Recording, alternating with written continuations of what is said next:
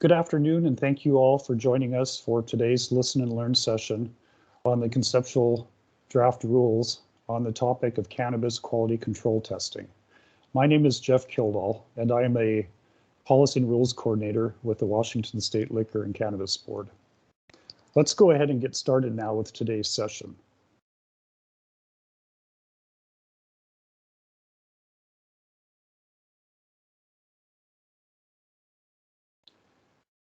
Some of you may have attended a Listen and Learn session before, but if you haven't, I will go over the goals of this meeting and the purpose for holding today's Listen and Learn session.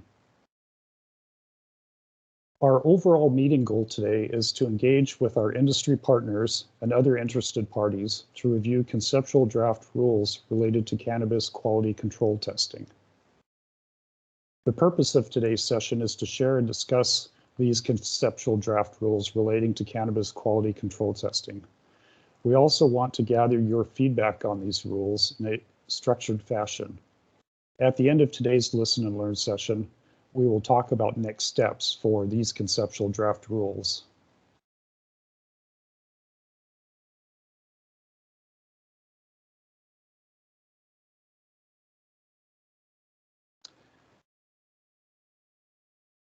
Why are we here?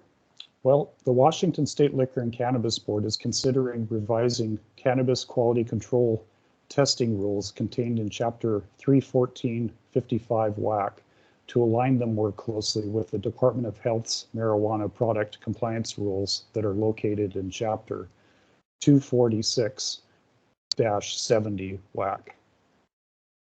Although the board did file proposed rules on this topic in 2020, this is a new set of conceptual draft rules for your consideration. Let's review the history of the project. The board filed a pre-proposal statement of inquiry, or CR 101, on August 8, 2018 to begin this formal rulemaking process. The board then filed a proposed rulemaking, or CR 102, on January 22, 2020, that was continued due to COVID-19 restrictions on March 11, 2020, and again on March 27, 2020. The board then filed a supplemental CR 102 on September 30th, 2020, but that CR 102 expired in May of this year. Because that supplemental CR 102 is expired, this project is still in the pre-proposal phase of rule development. Your feedback during this session will help to inform and shape these rules. We have several related materials on the topic of cannabis quality control testing available on the Cannabis, Vapor, and Tobacco Rulemaking Activity website that are available for your review. These include recordings from 3 public sessions that were held in January and February of this year.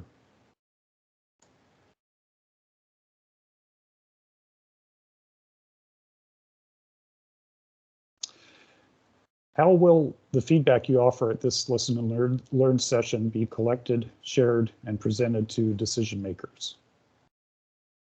Your comments and feedback will be combined into a table document that will be analyzed and organized by the themes of today's discussion.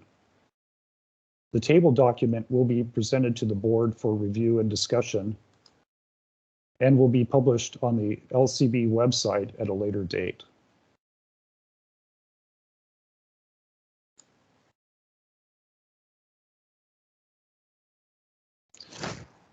I want to take a moment to go over the protocol for today's session, including the roles of participants. I will be the facilitator for today's meeting.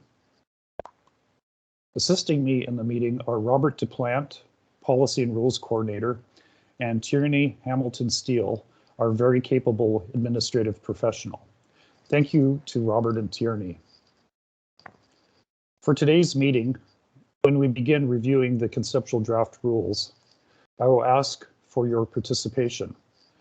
I will ask you what you like or don't like about the rules, and I will also ask you to share any suggested ideas you have for rule language. We are looking forward to your involvement today.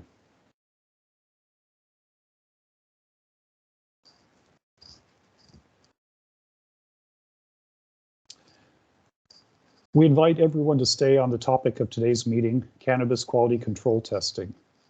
If you have any questions or concerns about other subjects, please reach out to us.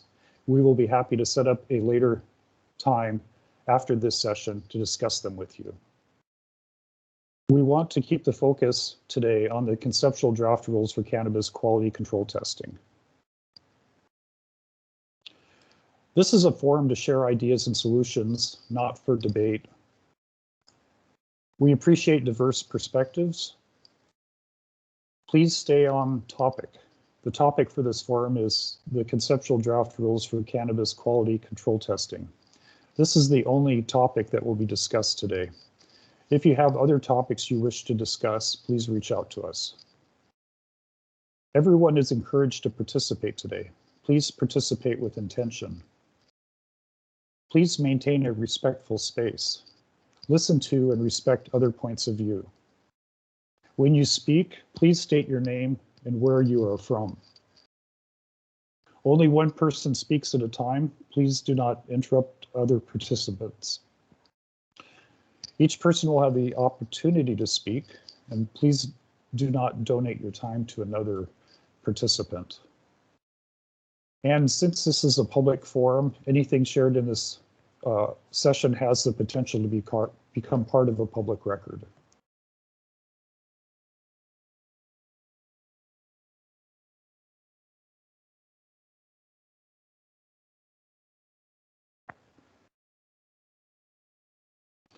And how will we be going through the rule language this afternoon?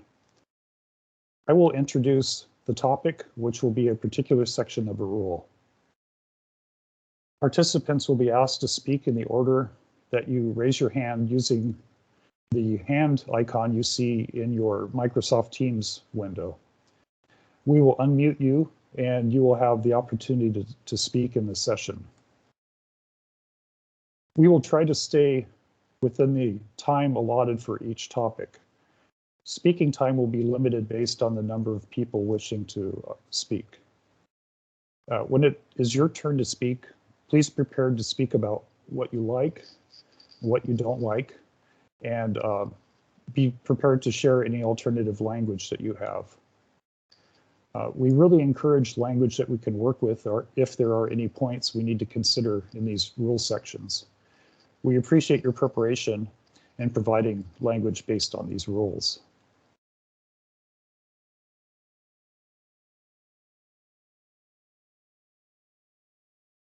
So let's take a minute or two before we move on to share some information in the chat box. In the chat box, please share your name, who you represent or are affiliated with, if you are comfortable sharing that information. And please let us know why you're interested in the topic. And I'll wait a couple minutes to give everyone a chance to enter that into the chat. And I will go off for just a moment.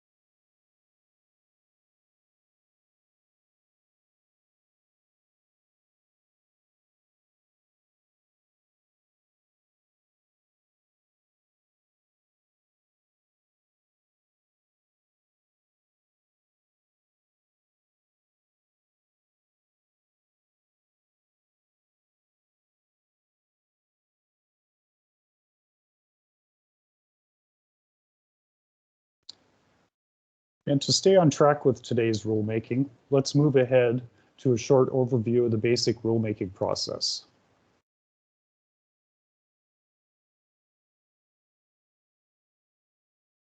There are typically three phases in the agency rulemaking process: inquiry, proposal, and adoption. These three phases are explained in detail in Chapter 3405 RCW, the Administrative Procedures Act. The development of rules may take several months to several years to complete, depending on the board resources, the complexity of the issue, the availability of data, and the interest of the public in the rule. The three phases of rulemaking are distinct and consist of different tasks. Stage one is the pre-proposal statement of inquiry, or CR 101 phase. The CR 101 provides the board with a way to notify the public they are considering developing rules on a particular topic. Stage two is the proposed rulemaking, or the CR 102 phase. This is where you see the proposed rule text.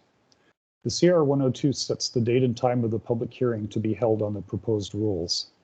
The CR 102 explains the purpose of the rule and provides additional information. The final stage of rulemaking is stage three, the rulemaking order, or CR 103, when the rule is final and presented to the board, and if approved, it is filed with the Office of the Code Reviser. The rule will usually become effective 31 days after being signed by a member of the board, but it can become permanent earlier or later than 31 days in certain cases. Each stage of rulemaking is different and consists of different steps and processes.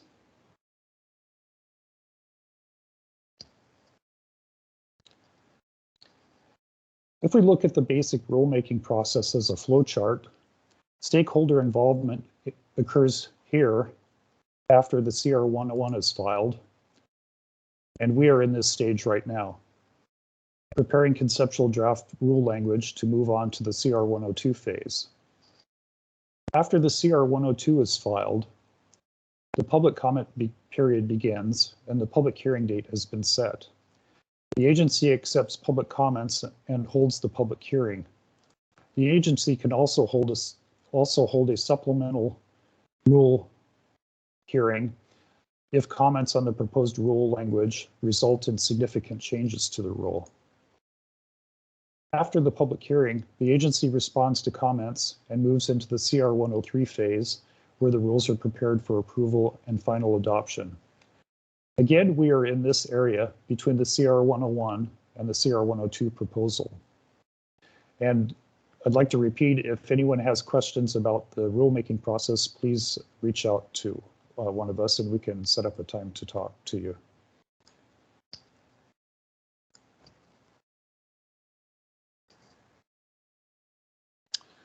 So now that we have reviewed the steps in the rulemaking process, let's begin looking at the conceptual draft rules.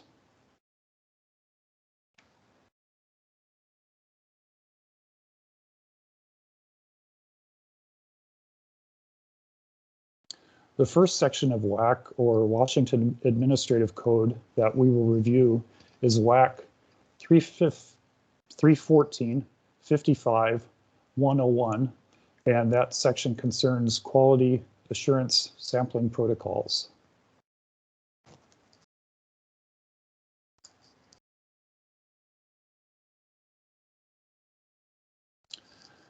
I would like to move into discussing the content of the rules by beginning with WAC 314.55.101 subsection 1, and the focus of this subsection is sampling. Please let us know what you like, what you don't like, and again, share any suggested revisions you may have. I will bring up the text on the screen and put myself on mute.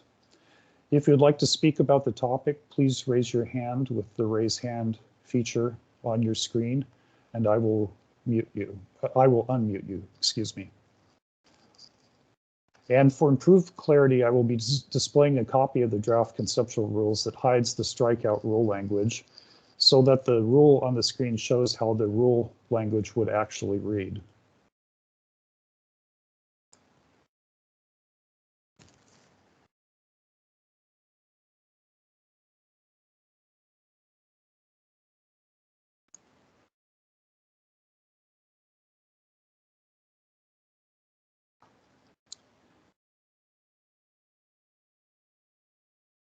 And I see we have 2 hands up already. I will choose Jim McCrae now, and I will go ahead and unmute you, Jim, if you'd like to speak. So go ahead, Jim.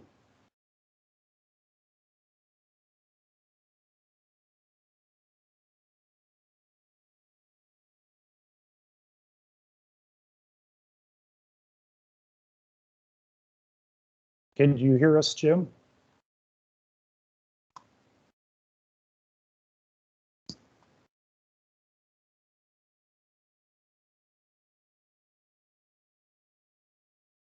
Okay, Jim, if you can hear us and we can't hear you, maybe you could put your comment in the chat and we can read it out loud.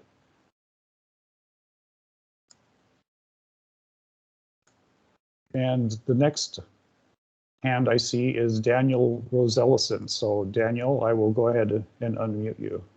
Real quick, Jeff, I have a request from Sean Dene asking if it's possible to make the document larger. Oh, okay. Okay, thank you.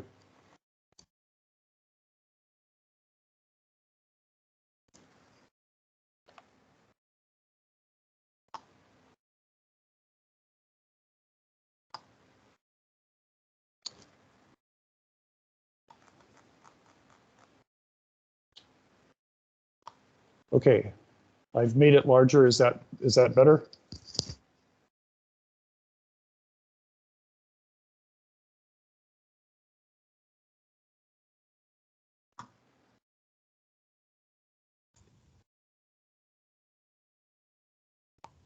Okay, Daniel, would you like to speak?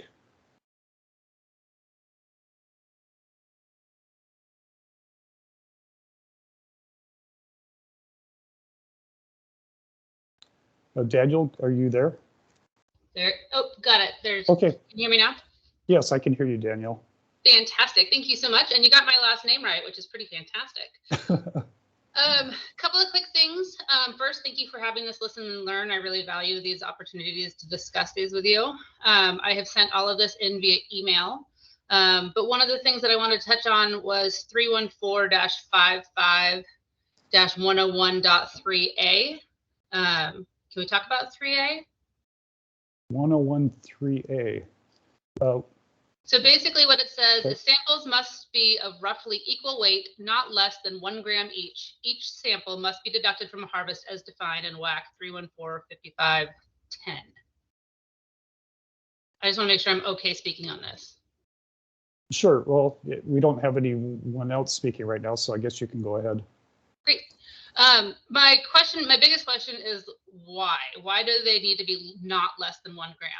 Sometimes you might have a lot of bee buds where none of them are 1 gram, so requiring them to be 1 gram might be counterintuitive to making the samples indicative of that lot. So I would suggest just removing the section that says not less than 1 gram each. So instead it finishes samples must be of roughly equal weight. Each sample must be deducted from a harvest as defined in the WAC, blah, blah, blah, blah. That's all I got. Okay. Okay. Well, thank you for that. Thank you for that suggestion. You're welcome. Enjoy. Thank you.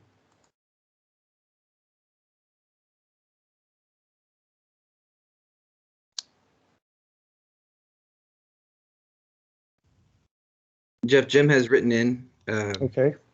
Thank you, Robert. If you want, I can go ahead and read it out loud. Yes, please go ahead. Okay, Jim says 101 sub 1. I like the use of must, in quote. I do not like the change of terminology from quality assurance to quality control. Please change all references in this rule set that say quality control back to their original wording of quality assurance. Thank you. Okay, thank you, Jim. And Sean is now suggesting you take it back to the original view and Sean says they will zoom in on their own. Okay, thank you, Robert. I'll go back to that original view.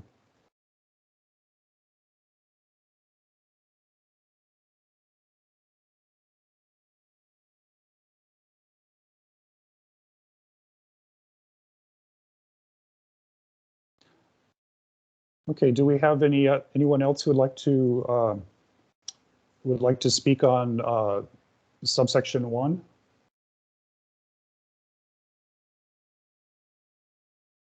Okay.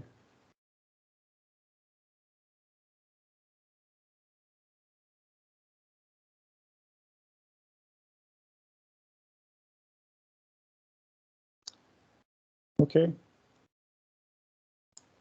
Robert, are there any more comments in the chat? Danielle still has her hand raised. I'm not sure if she just forgot to raise it or she has anything additional to add. And there are no other comments except for sharing a link to the document, which Becca was kind enough to do. Okay. Okay, thank you, Robert. Okay, I will move ahead to review of subsection 2. The focus of this section is sample collection.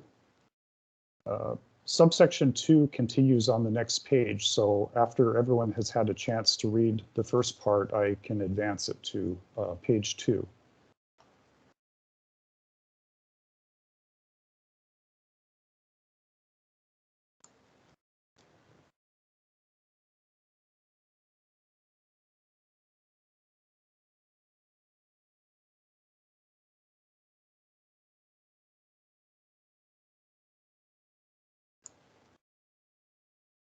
Okay, do we have any comments on subsection 2?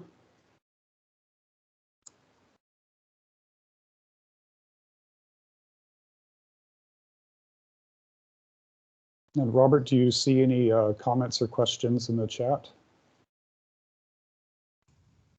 None for 2. Danielle is just gearing up for comments for subsection 3, but I see no other comments at the moment. Okay, thank you, Robert.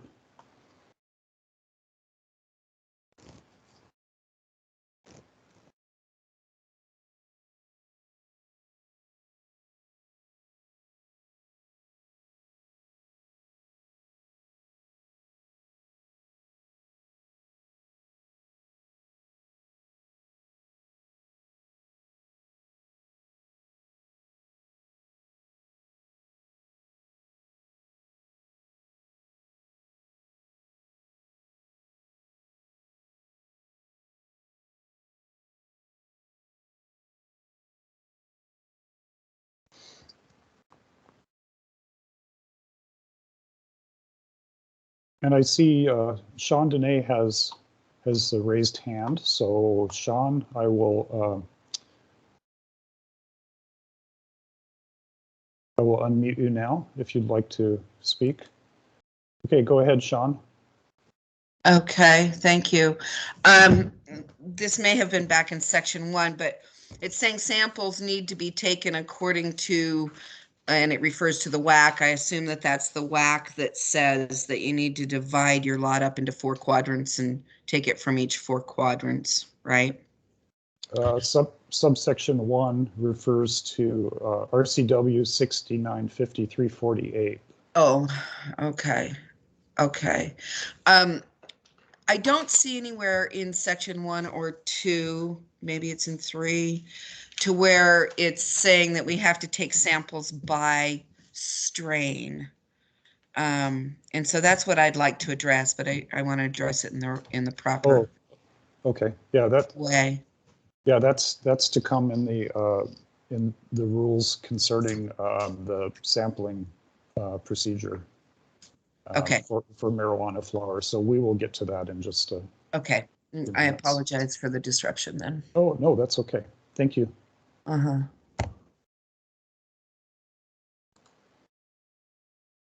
And I see Jeremy Moberg has his hand raised. So Jeremy, I'll unmute you.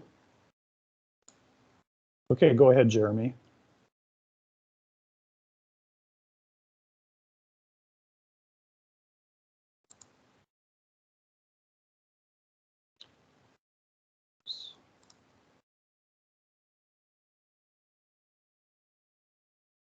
Okay, Jeremy, go ahead.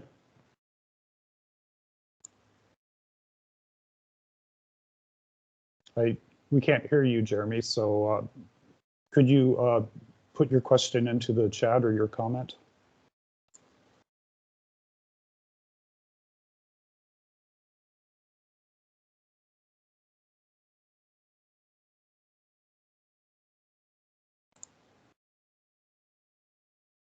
Okay, Robert, do we have any questions or comments in the chat? There's no questions or comments in the chat. Okay, and Jeremy lowered his hand, so I'm not sure if that means he's going to type, or if he no longer has a question. okay. Okay, I will advance the to the next page so that the rest of subsection 2 is visible here. And so we're on page 2 now.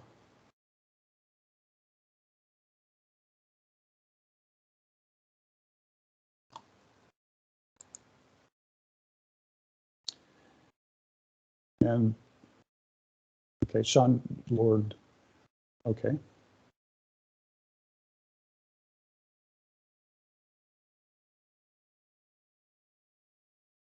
I'll give everyone a few more minutes. If you have any comments on subsection 2, please let us know. Jeff, Danielle has a quick question from the chat. Okay, go ahead. She says, if we've already submitted all of our suggestions via email, do you want or need to hear them here during the listen and learn session? No, if you've submitted your comments in writing, that's just as good as speaking here in the session, but we'd love to have you stay on and speak if you have the time to do it. So it's entirely up to you, but we do have your comments.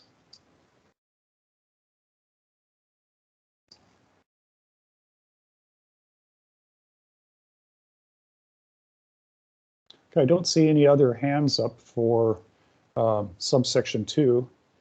We're running ahead of schedule here, but I think if I don't have any objections, I'll move on to subsection 3.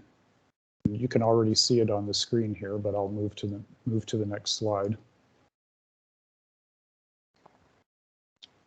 Subsection 3 is focused on sampling of marijuana flower.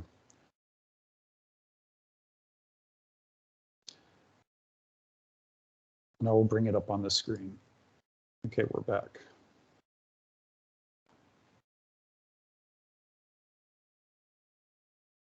So I see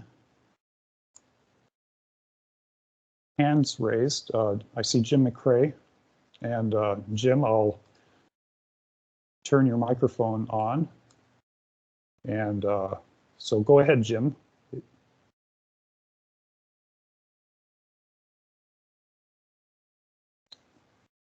Are you there, Jim?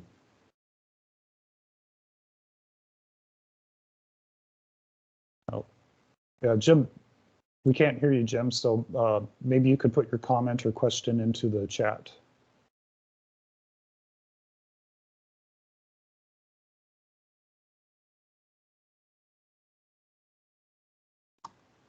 And Sean has a hand raised, so I will go to Sean again. Okay, Sean, go ahead. Okay, so here's where I can address some of my comments. In section 3, when it starts talking about the weighing 10 pounds or more and 20 pounds and how many samples need to be taken. Yes. For marijuana flower weighing 10 pounds or more, I'd suggest say marijuana flower harvests totaling 10 pounds or more. My comment base is based on the fact that flower lots are by strain, and we really need to lift that by strain type of mentality, so that harvests that happen in a truncated time frame, let's say in a day or two, that are taken from a truncated area, you know, say a flower room, a field, a greenhouse, that all of that material, no matter how many strains are in that harvested material, need one pesticide test.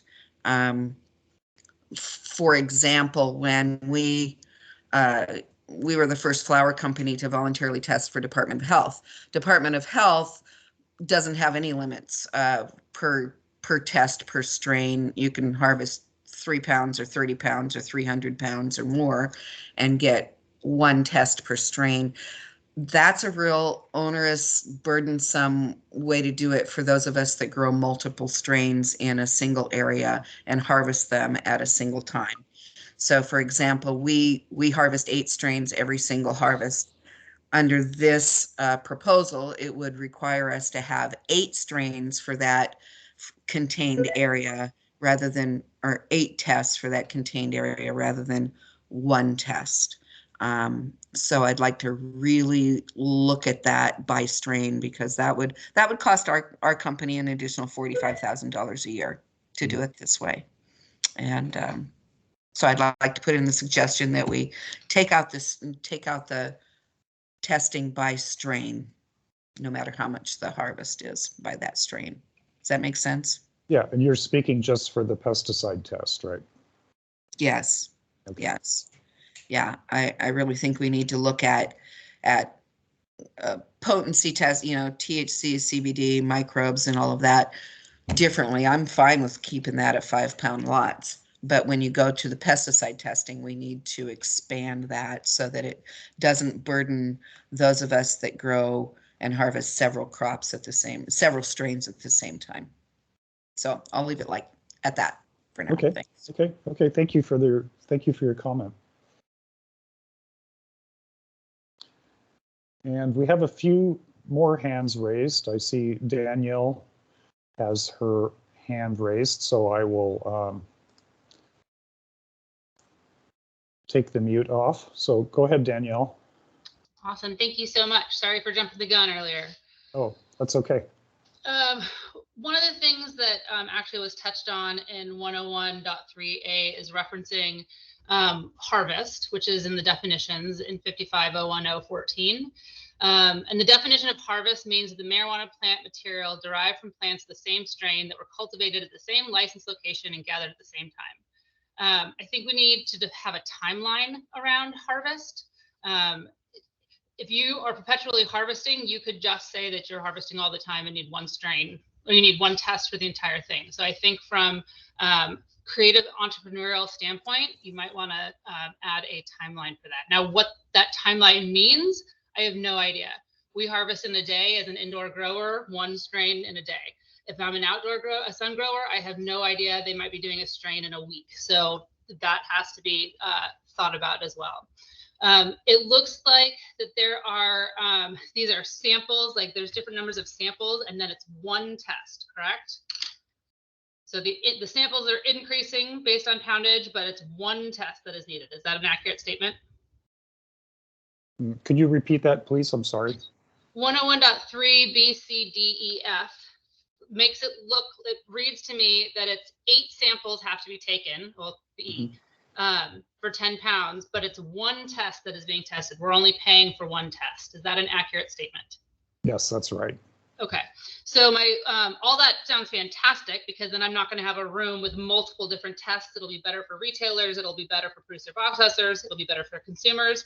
My question is, what happens after 50 pounds?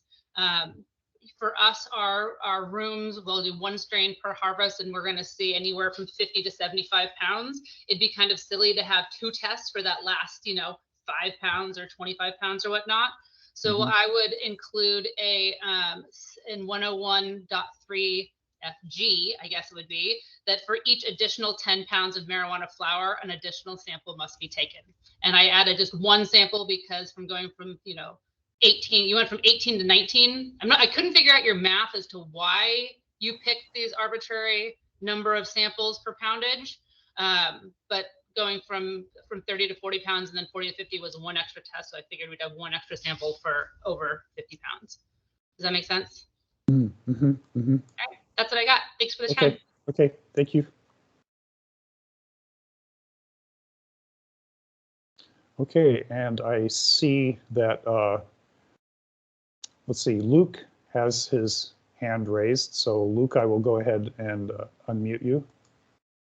So Luke, go ahead.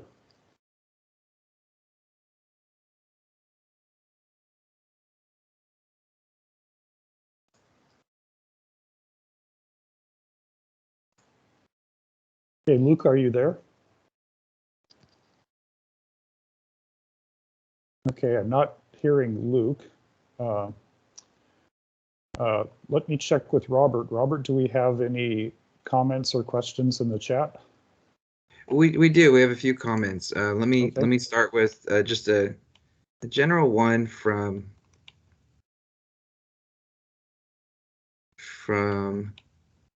Teddy. And Teddy says, Teddy White said, I believe some of us are interested in the comments of others. It would be great to hear what has been submitted via email. I think you spoke to this. I mean, I suppose if people that emailed in want to share with the group or think it's a value or they want to add to it, I think that's great. But I'll leave it to you to Okay, thank you, Robert. Yeah, we've received very few comments by email so far, and I'm not prepared to share them in that forum today, but we will be placing those comments into a document table that we will soon be posting on the LCB website. So those comments will be included with the comments from today's Listen and Learn session. So they will be available shortly.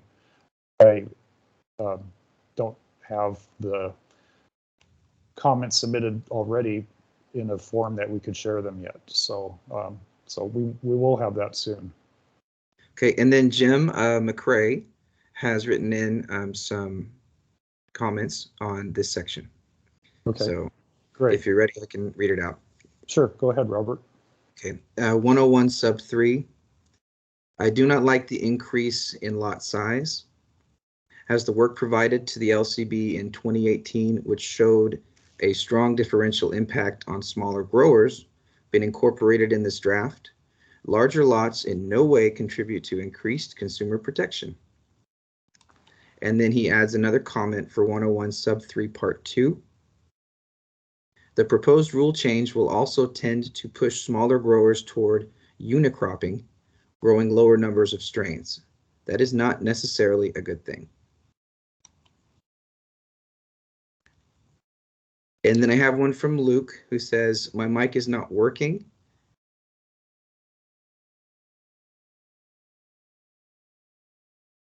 Okay, I'm sorry about that, Luke. If you want to raise your hand, if you think that you might be able to get it working, I can give you another chance. If you want to raise your hand, I can, so that I can find you, I can unmute you. There's one other question from Travis that I believe Danielle spoke to in response and also just spoke to in the audio. But if you want to add anything or have anything extra, Travis's question says, why do we need so many samples per lot? And I don't know, Travis, if you think Jeff and Danielle, just their recent discussion on that, clarified your question or answered your question, if you'd let us know. Yes, well, to allow for the pesticide testing, there has to be an adequate sample size, and also the quantity of marijuana flower from which the samples are taken is increased. So we want to have enough samples to do the testing and to have them represent the quantity of flower. We discussed the number of individual samples with our examiners unit, and that was the number that they felt would provide a sample that was adequate for testing purposes. Okay, and Travis says we're good with that, so I think that's a good Good enough for his question. And then Luke, who had his hand raised, has written in to the comment section. Okay, go ahead, Robert. Yeah. Okay. Luke says, my comments echoed for the most part what Danielle had to say. I have concern about the limit of lots defined in 314-55-010, part 20, sub A, B, still remaining at 5 pounds for flower and 15 pounds for other products. If we're going to increase lot size, I believe we should amend the definition of lot to reflect the proposed larger quantities in this section of rule. Okay, thank you, Travis, for your comment. Thank you. Oh, I'm sorry, that was Luke. Sorry that was Luke. I'm I sorry. I apologize, Luke. Sorry.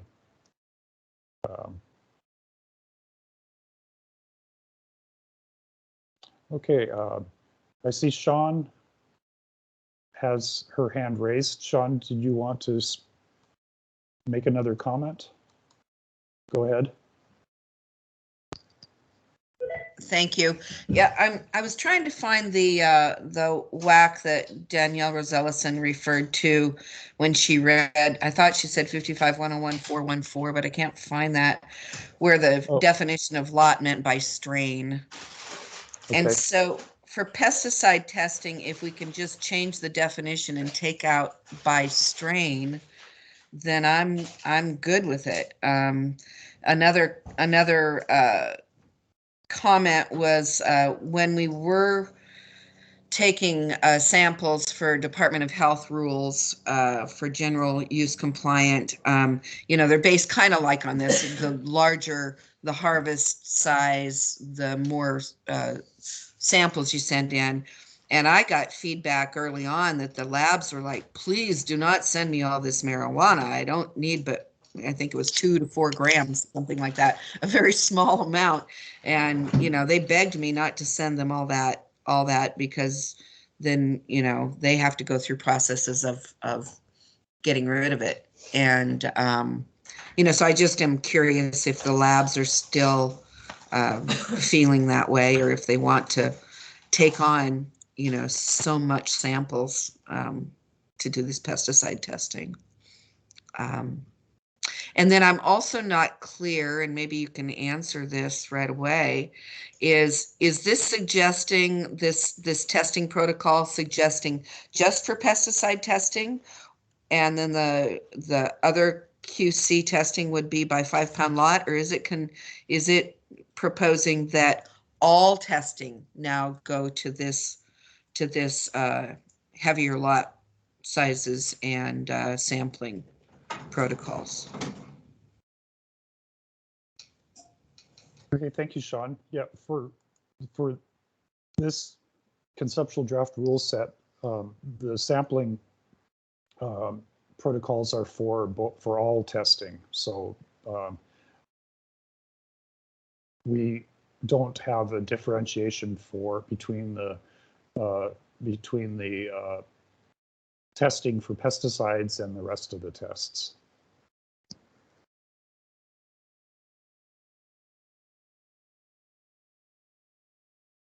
Did you have any follow-up, Sean? Well, yeah, in that case, I mean, because here we are with 5 pound lots and sending in 4 different samples on 5 pound lots. And we all agree that even that does not reflect accuracy throughout that 5 pounds.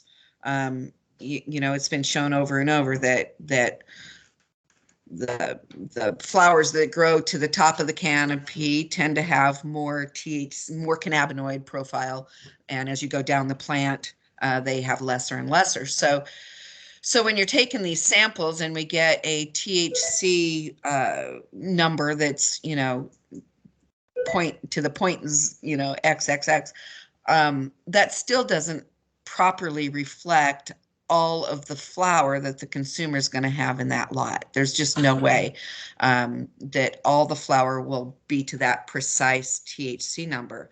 And so we really need to work on ranges of THC rather than to precise numbers, especially if we move to much larger lot sizes for that, because it just wouldn't be accurate on the label. And you know, we're all striving to have accuracy in our labeling. And so if we move to a range of THC, that will do several things. It'll be more accurate on the label. It will not encourage high THC overconsumption. Well, I guess my point is it'll be more accurate if we move to a range of THCs rather than a static number, no matter if we take it from a 5-pound lot or a 20 or a 50. Mhm. So that's my follow-up. Okay. All right. Thank you, Sean. Yeah. Okay, I see another hand up, Marcos Harris. I will go ahead and turn on your mic. So Marcos, if you'd like to speak, go ahead.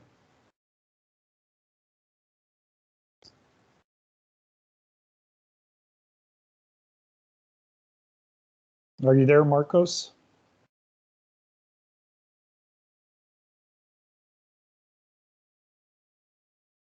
Okay, I don't hear Marcos, so let's check the chat again. Robert, are there any more comments? We do have a few comments, and if I could just say just briefly, I wrote it in the comment section, but if you don't have a mic or if it's not working, but you still want to type in a comment and have it read, if you wouldn't mind raising your hand, and then Jeff can call on you and we can get that sorted that way. But Kathy Hoffman actually wrote in to Sean about the WAC code that she was asking about, the citation. And let's start with Travis. Travis wrote, I agree with the by strain comment from Sean. We harvest 30 to 50 pounds a week, 2 to 3 strains at a time. Jim Cheadle wrote in, I also agree with the strain comment by Sean. We grow 8 strains in a small room and cannot afford to have 8 pesticide tests each harvest. I think pesticide testing should also be done randomly on samples obtained from retail stores. Danielle then commented, we harvest 1 strain at a time and we pesticide every 5 pounds. It costs us less than a penny per gram, for pesticide testing at $200 a pesticide test for a 5-pound lot, which is the most expensive I've seen on lab websites, and you can usually get a better deal if you stick to one lab and don't have any analysts for them to analyze. That would be $0.088 per gram. Just throwing some numbers out there. Marcos's mic is not working either, and will comment. And again, I just want to stress, because there's a lot of comments in here. If you want your comment read and can raise your hand, please let us know that. I don't necessarily want to read every comment out if it's just kind of back and forth, but it's up to you, Jeff. Okay. Okay, thank you, Robert. Okay, well, if we don't have any other comments on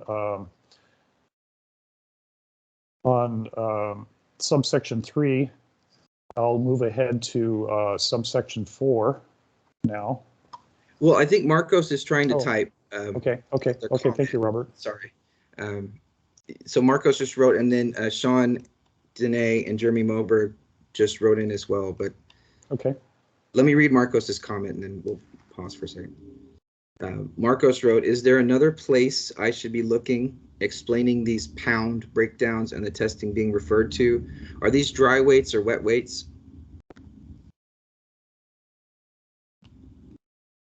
Okay, these would be dry weights. And we don't have any other resources that I know of that are available at this point that talk about the breakdown by weight, but we'll have, I'm sure, more discussion of that as we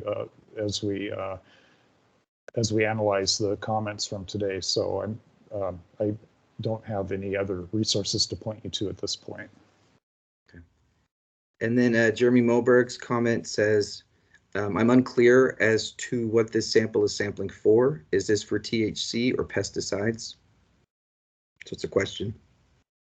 Yeah, Jeremy, that will be addressed in the next section when we get to WAC 314.55.102, and we'll have a break coming up when we get to the end of section 101 that we are on now, and after that we'll go into more into testing. So we'll get there. We're just not there yet.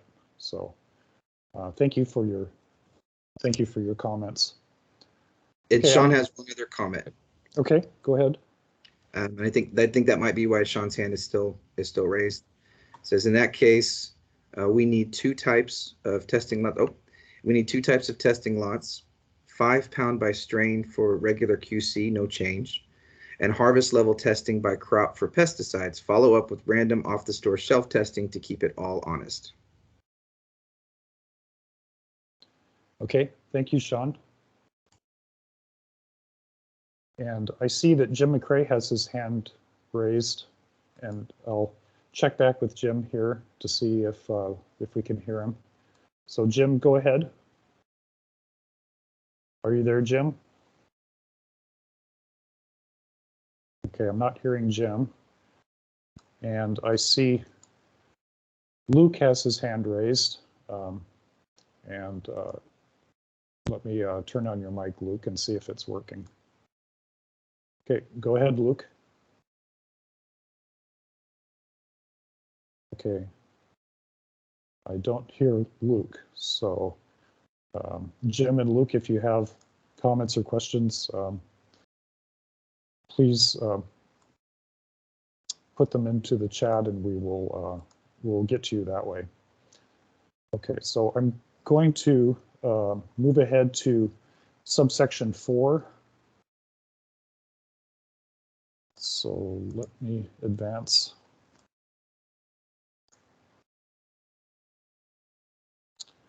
Okay, we're moving on to subsection 4. Subsection 4 focuses on sample retrieval and transportation. So let us know what you like, what you don't like, and if you have any suggested revisions, and I'll bring up the rule text here. And section 4 is very short. It's right here. So if anyone has any comments, raise your hand and I'll unmute your microphone. And I see Jim still has his hand up, so I'll check back with Jim. Jim McCrae, go ahead. Jim says he doesn't have any comments at this time, and I can't see his hand up. Okay, I have it. I see it raised here in my view, so I'm not sure. So okay. Okay, and I have two other comments in here. I can read them out loud now or Okay. later if you. Yeah, go ahead, Robert. Okay. Stephen McCombs says, seems like if samples are taken by the producer, there is much room for cheating the system. Anybody else agree? Jeremy Moberg writes, during the last CR 102, the LCB received many comments that self-selection was not a valid way to test for pesticides and that testing should be conducted at different levels. Current testing is fine for THC and mycotoxins, and farm level testing for pesticides conducted by labs, WSDA. Okay, thank you for those comments. And I see. Can I just real quick again, if you want to comment in the comments tab and you want it to be read out, if you wouldn't mind, if you're possible, to raise your hand when you're commenting. That's if your mic isn't working or something, and then we can go ahead and incorporate that into the discussion. Thank you. All right, thank you, Robert.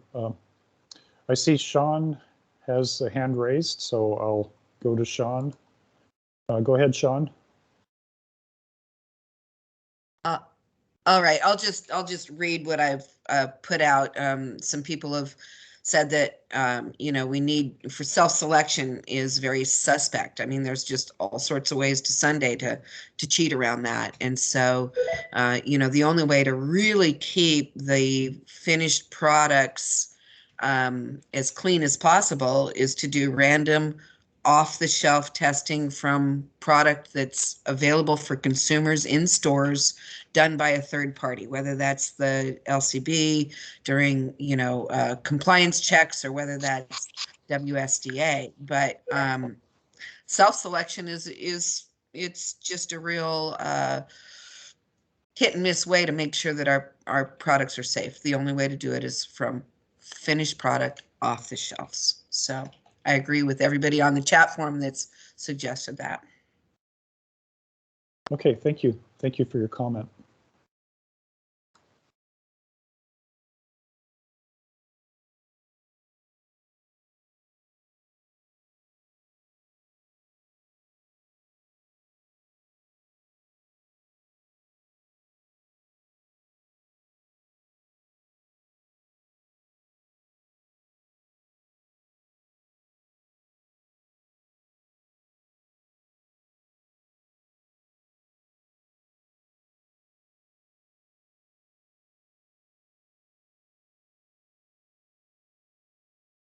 Okay, I see Jim McRae has his hand raised still, but I know that he's having problems with his microphone, so, okay.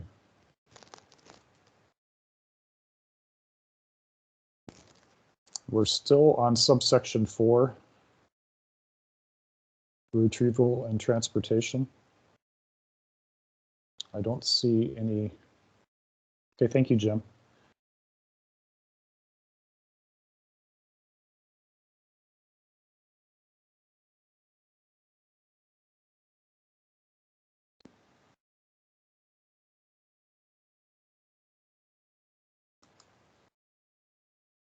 Okay, I don't see anyone else with their hand raised, so maybe we can make up a little time and move on to subsection 5.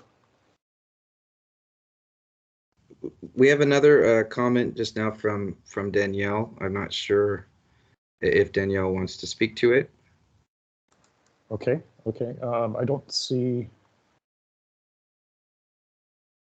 Okay, I don't see a hand raised. So. It's a rather lengthy comment. So. Okay, okay, okay. I think she said that it doesn't need to be read out loud, but we have it in the chat. So. Okay. Okay, well, we'll focus on, move on to subsection 5 here now. Subsection 5 is focused on sample rejection. So here's subsample 5, or subsection, subsection 5 right here. So go ahead and take a look at it. If anyone has any comments, please raise your hand or write it into the chat.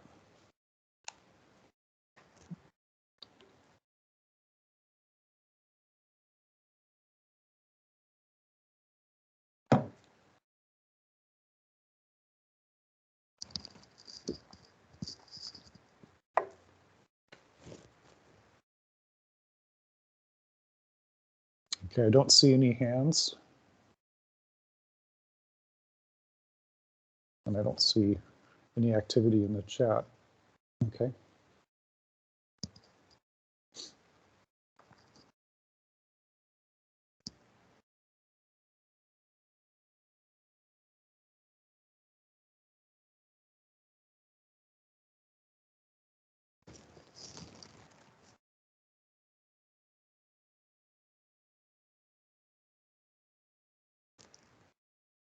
Okay. Still no hands raised. If anyone would like to comment, please raise your hand.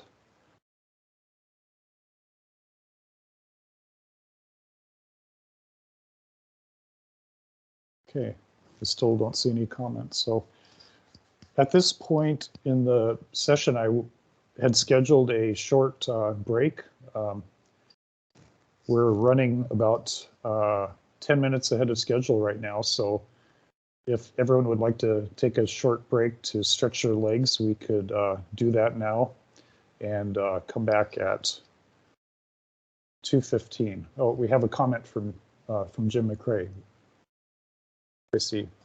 Yeah, and his mic, he says having problems with, but he's put his comment into the chat if Okay. you want me to. Oh, go ahead, Robert. And this is 101 sub 6. 101 sub 6. Okay, that was okay. That's that is not in this rule set anymore. So okay. So could you read his comment? Oh, that's why.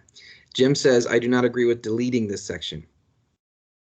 The ability to revoke the license and or certification of any business engaged in defrauding, end quote, quality assurance procedures, and hence consumers, let alone downstream licensees purchasing the fraudulent product should be retained.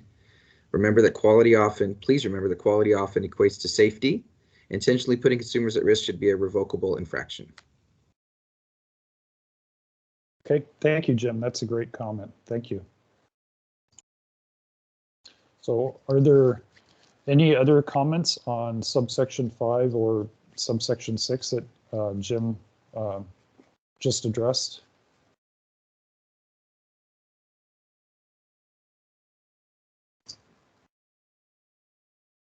Okay, I don't see any hands raised.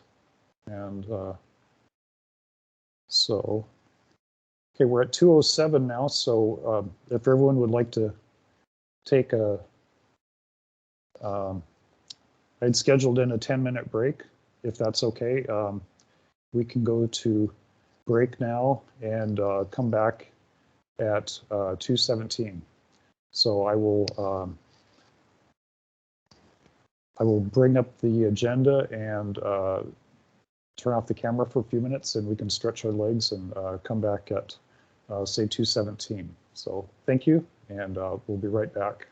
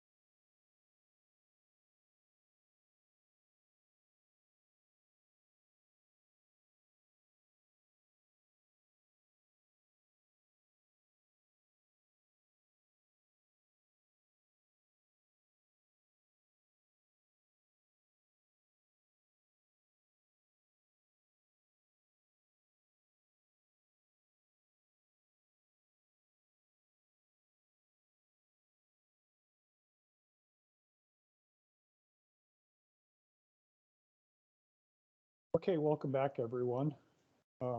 It's now 2:17. We're running a little ahead of schedule, but I'd like to get started again. And we will be going into WAC 314-55-102, quality assurance testing and quality control.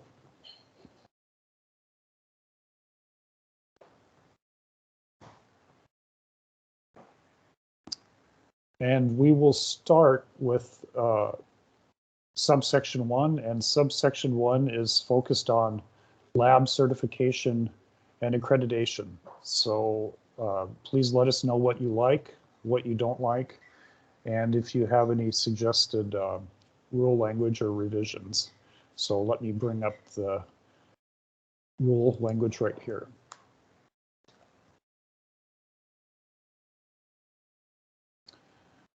Okay, and subsection 1 begins at the bottom of the page and it continues on to the next page. So I'll give everyone a chance to get started, and then after a minute I'll move on to page 4 of the document. And I see right away, I see that Travis has his hand raised. So I'll try Travis again. If you would And like so Travis unfortunately doesn't have a mic. Oh, that's right. That's right. Right. I'm sorry. But he's written his question or comment into the chat box. Okay, great. Okay, Jim and Travis have their hands raised, so I'll make a note of Travis. Thank you. So Travis says, I have a question before we come back. If we have a clean pesticide test, will we still need to put our pesticides on the label, or will a simple pesticide tested work?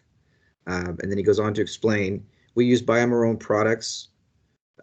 We also use Clone X, which is listed as a pesticide for some reason. This is a lot to throw on the label, and I don't see much use for it after the new testing is implemented.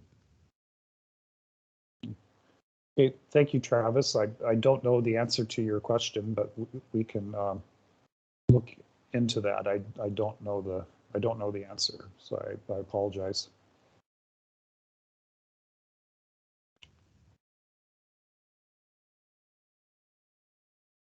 Let me move ahead to the next page for subsection 1.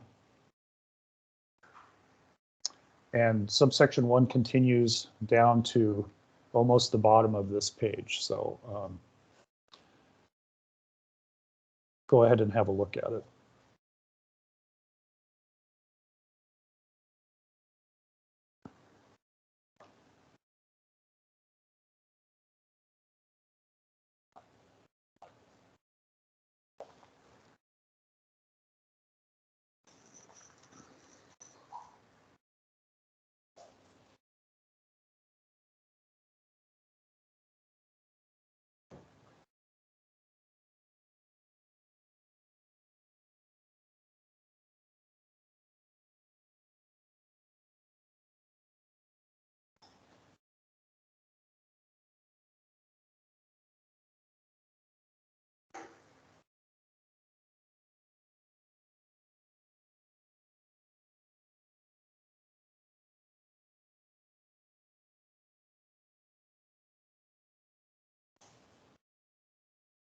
I don't see any comments. If anyone would like to speak about subsection 1, please raise your hand.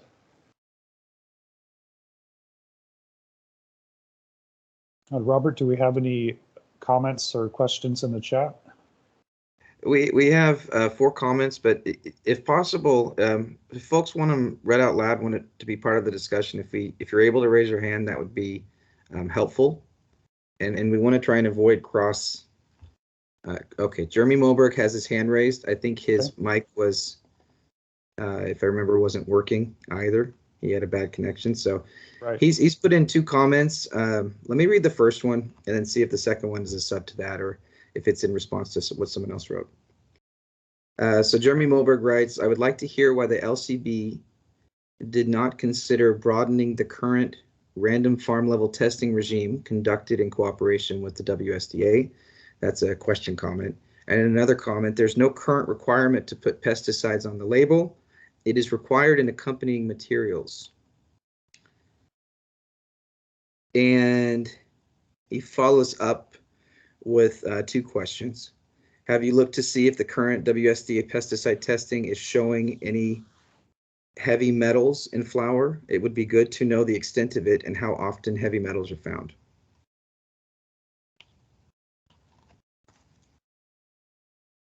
Okay, thank you, Jeremy. I don't know the answer to that question. I know the WSDA does have the capacity to test for pesticides, but I'm not aware of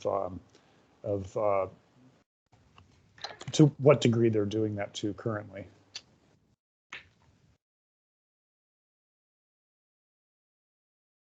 Okay, I see Sean has a hand up. I'll go ahead and unmute you, Sean. Go ahead. Okay, go ahead, Sean.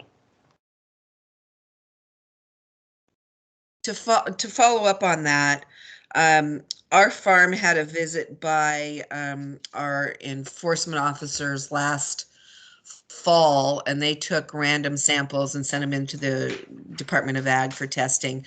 Members of the Sun and Craft Growers Association are reporting back to us that a lot of them are having visits by LCB to collect samples to send into the WSDA lab for pesticide testing.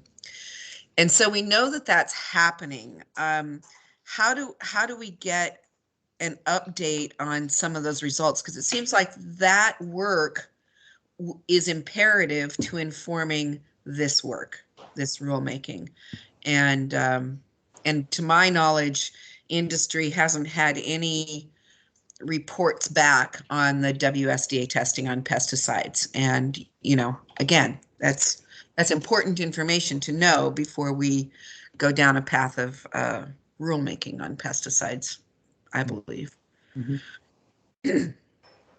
So who can give us information on that, or how can we get information? How can industry be informed as to what's happening with the WSDA testing currently? Yeah, well, Sean, we can look into it, and I can follow up with you after the session. I don't know much about about what testing may be happening with the enforcement officers. So that's something I can look into, and we can follow up with you later on. I really don't know the answer to that. Okay, thank you. I'm glad that you agree that it's imperative information to get while we're working on these rules. Yeah, thank you, Sean. Thank you.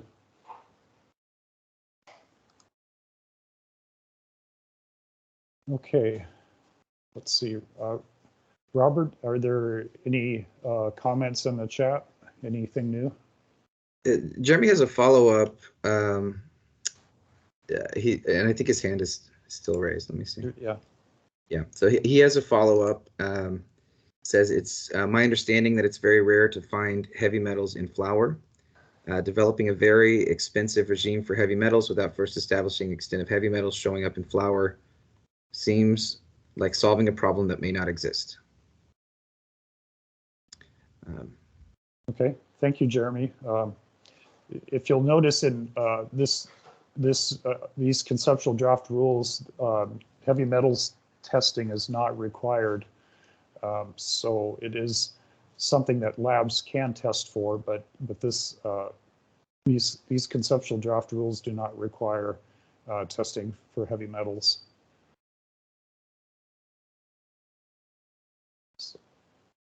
And I see, Sean, do you have your hand up again?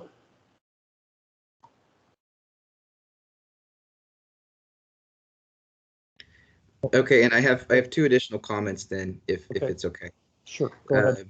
So from Stephen McCombs, he says, this isn't specific to this rule subset, but says, would like to know if there's any representative from the testing labs in attendance today. Please comment in chat if you're from a lab. Jamie Shipman, who just had to jump off for another meeting, asked before leaving, is there a route for retail stores to be able to do secondary testing on products currently on our shelves? My understanding would be that that is still within the lines of traceability, and how would we go about manifesting samples to the labs? That's a good question, and I apologize, I don't know the answer to that, but we can follow up on that and talk to you after the session. I don't know the answer to that, so we can follow up on that. Let's see. I don't see any new hands raised. Let's see, we're at 2:27. So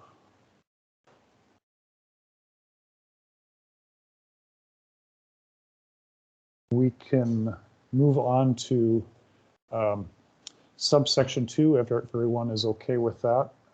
Subsection 2 starts at the bottom of this page, but I'll advance the slides for subsection 2. And WAC 314-55-102, subsection 2, focuses on testing requirements for labs. So I'll bring the rule text up again. And it begins at the bottom of the page right here with one sentence, and then continues on to the next page. So I'll leave this page up for a second, and then I'll advance it to page 5.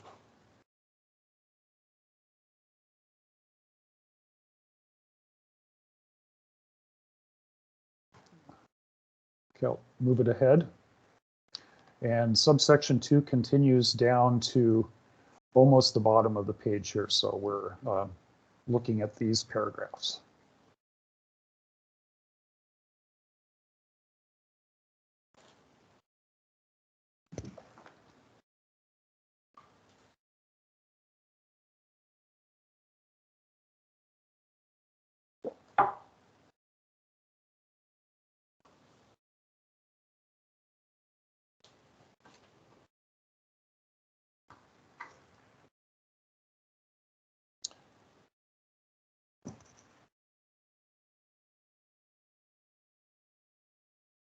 And do you see anything in the chat, Robert? Just a comment from Travis. I think it's in reference to the last discussion. Just says you can do non-mandatory samples to any lab. No need for a manifest. Okay. Thank you for that comment. And I see Sean with her hand up.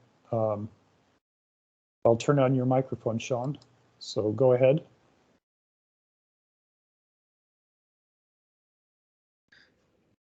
Are you there, Sean? Okay. Yeah, I'm here. I actually didn't have my hand up, but while we're talking, Okay. it looks like, if I read this right, it says that certified labs must be have availability to do all this sort of testing, and it lists it and includes pesticide. But then later on in this section, it says that labs can basically subcontract out to other labs for pesticide testing. Am I reading that correctly?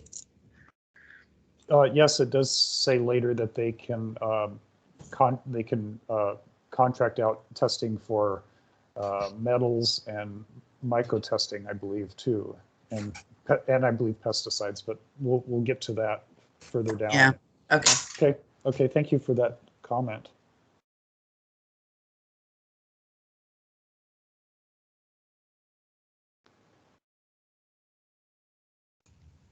And Jeremy Mulberg just re-raised his hand and said he thinks maybe his microphone's working now. Oh, okay. Well, Jeremy, I'll turn on your mic. So go ahead, Jeremy.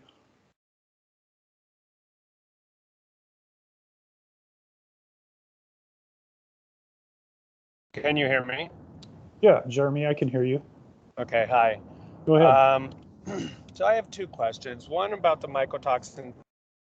Is aspergillus, I think, added to the mycotoxin list? That is one question. Okay, go ahead.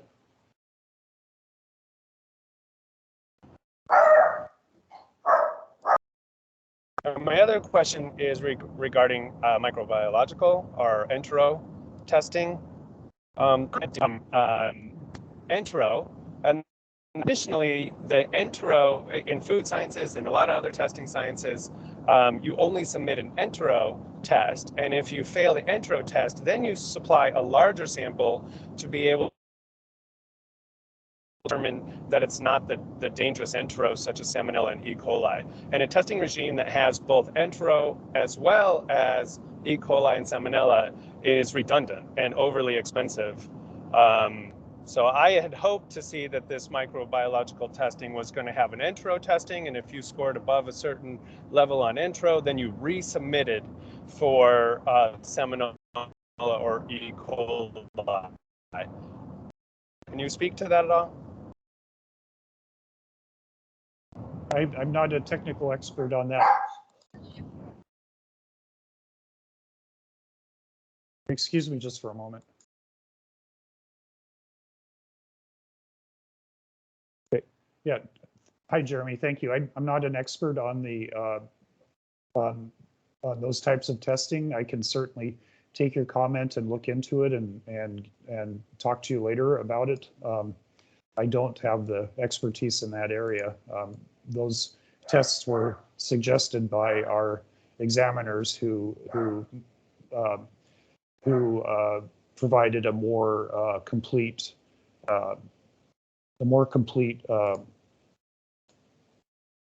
set of rule language for this rule. So that's certainly something we can look into and talk to you about. But I don't know off the top of my head.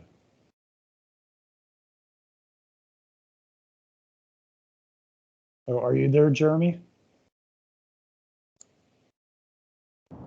Yeah, can you hear me? Yeah. Okay, and then the other question, and I guess the answer is maybe the same for whether Basilogus is being tested for or not. I would suggest that the mycotoxin list be revisited. It has been a couple of years since we've been sampling for these things, and the science has developed.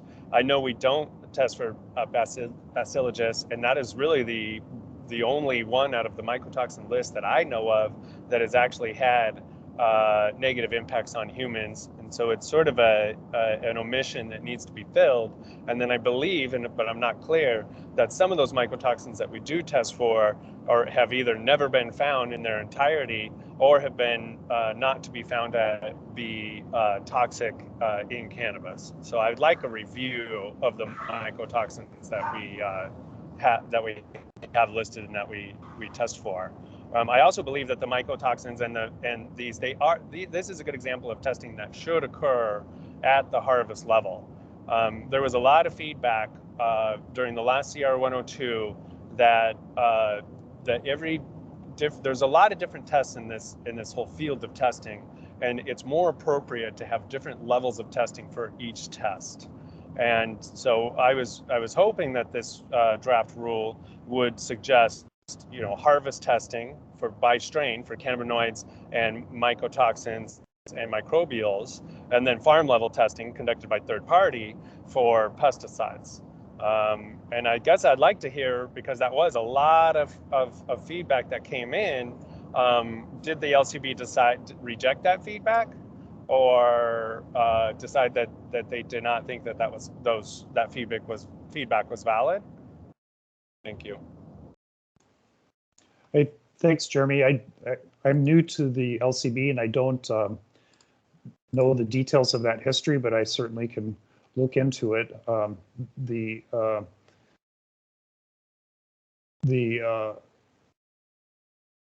technical aspects I really don't know about, so I can follow up with you with that, but I really don't know off the top of my head. So, but thank you for your question. Yeah, I think a lot of us in the industry are really surprised to see an expansion of this arbitrary lot level up to 50 pounds. It's really lacks scientific basis behind it, and I think that we had hoped we were going to get away from this arbitrary lot size. And now we're talking about just a massive expansion of it, which, when you increase that size, you do a lot of harm to farms that produce very small lots, essentially the craft farmers who make very specialized products. That now, and of course the big farms will do well under this scenario. So I guess I'm a little surprised to see the proposal as it stands, given the history. Mhm. Okay. Okay. Well, thank you for your comment. That's good. Thank you. And do you have anything else, Jeremy? Not right now. Well, Okay. I'm traveling, so it's going to be tough, and I'm really interested in how the conversation goes. So I'll do my best. Okay. Okay. Thank you. Okay. Robert, do we have anything in the chat? Well, we have something from Danielle seconding what Jeremy said, and I guess just relying on past listen and learns. I'm curious, and Jeff, maybe you're going to ask this. I'm curious if Jeremy or Danielle or anyone else has maybe language that they would like to see either added or incorporated to address this, because Danielle's seconding.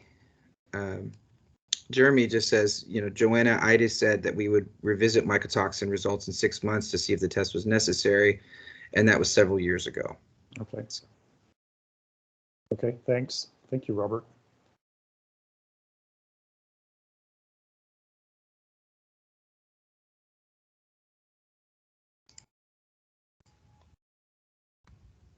Okay, do we have anyone else who would like to speak about subsection 2?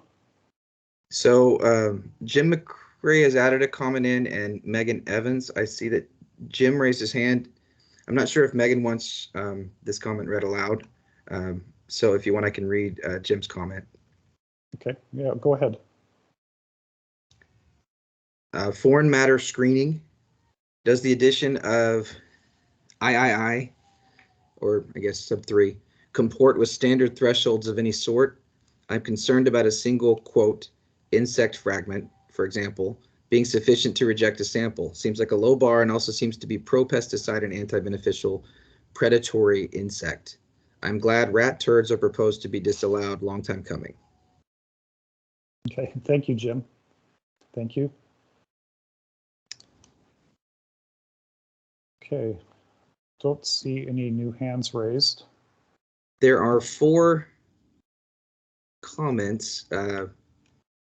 Megan's comment, I think, just speaks to Megan provided a link to a great resource for lab testing services provided by WSU Pest Management Resource Services, if anyone's interested.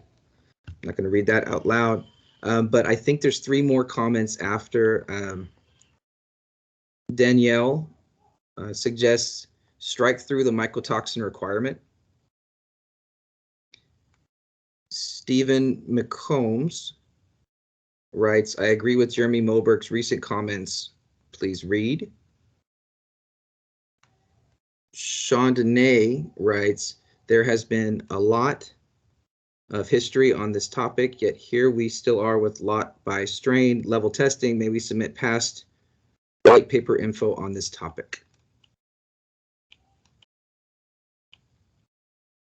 Okay, thank you, Robert. Thank you for those comments. And if I'm not sure what Stephen McCombs is referencing, but I have read everyone's comments that's been put in the chat, including Jeremy Moberg's. Okay. Okay. If we don't have anyone else who would like to speak to subsection 2, I'll move ahead to subsection 3.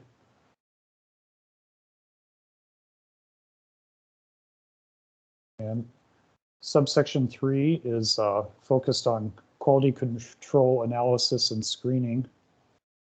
And I'll bring up the rule text here. It begins at the bottom of page 5, and it continues for several pages. So we'll start out here, and then I'll advance through the rest of the pages as we get a chance to go through it. So so if anyone has any comments, please raise your hand, and I'll open it up for you. So I see Jeremy has his hand raised. So, Jeremy, go ahead.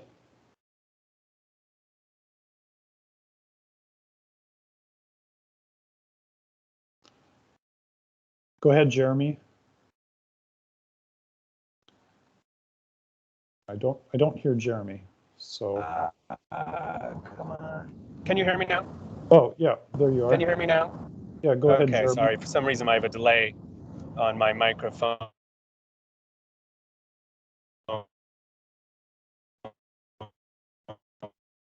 Yeah, we're having some trouble hearing you now.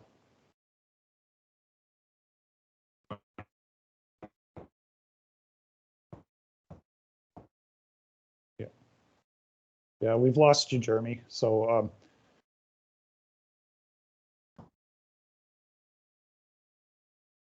we'll try again in just a minute here.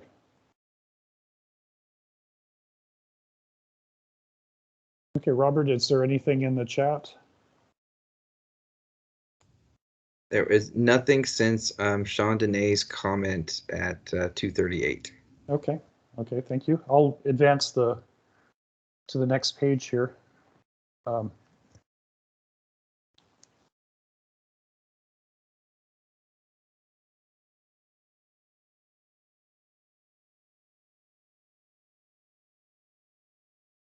me check back with Jeremy to see if he's able to get audio to us. Go ahead, Jeremy, if you can hear me.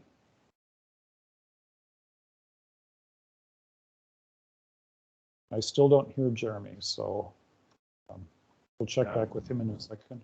Jeremy? Can you hear me? Yeah, I can hear you now. Go ahead. Okay. Yeah, it's delay.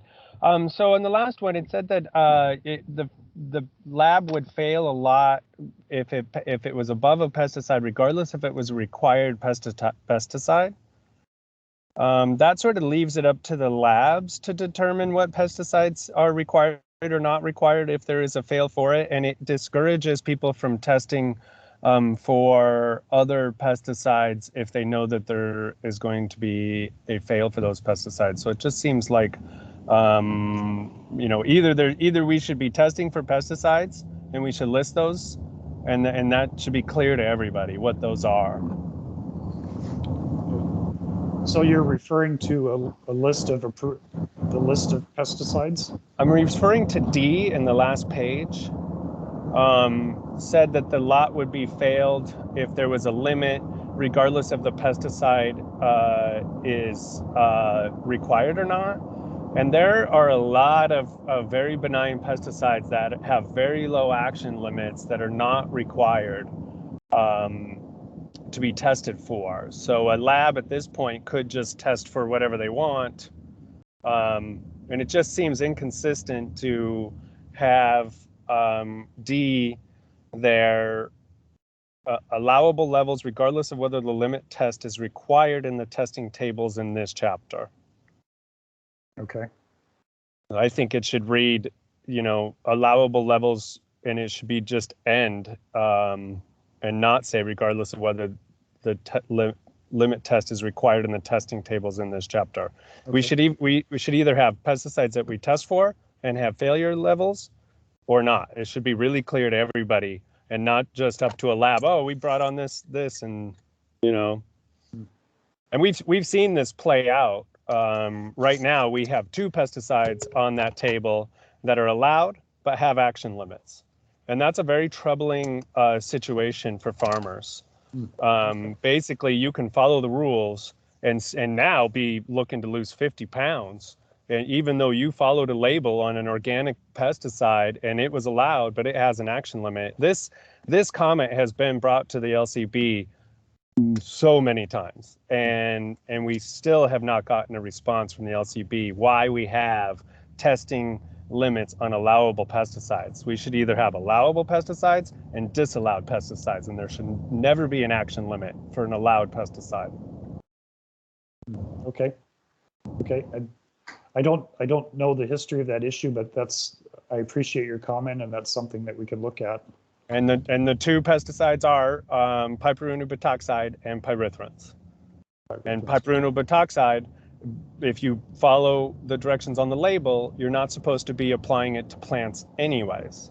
And so a piperino-butoxide, I can understand having an action limit on, but pyrethrins, an organic pesticide derived from chrysanthemums, having an action limit is sort of stupid when we've got another pesticide called azadirachtin that is sort of similar in some of its nature, doesn't have a action limit. And so those things are just not consistent. And I feel bad for the farmer that thinks he's doing the right thing, applying an organic pesticide, and then now with the increase to 40 pounds is really going to suffer for that. So I wish that this issue would be addressed. Okay. Well, thank you. We'll certainly look at that. Thank you.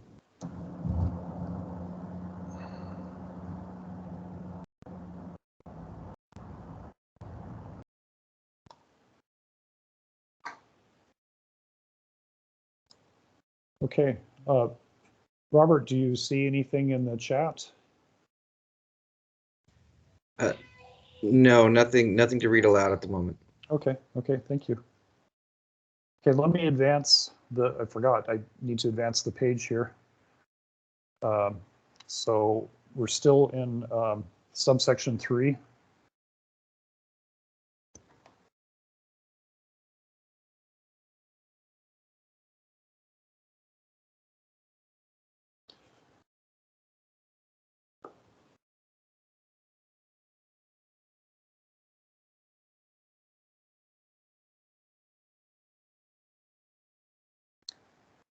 And here is C that Jim McCrae was speaking about a few minutes ago. That's right here.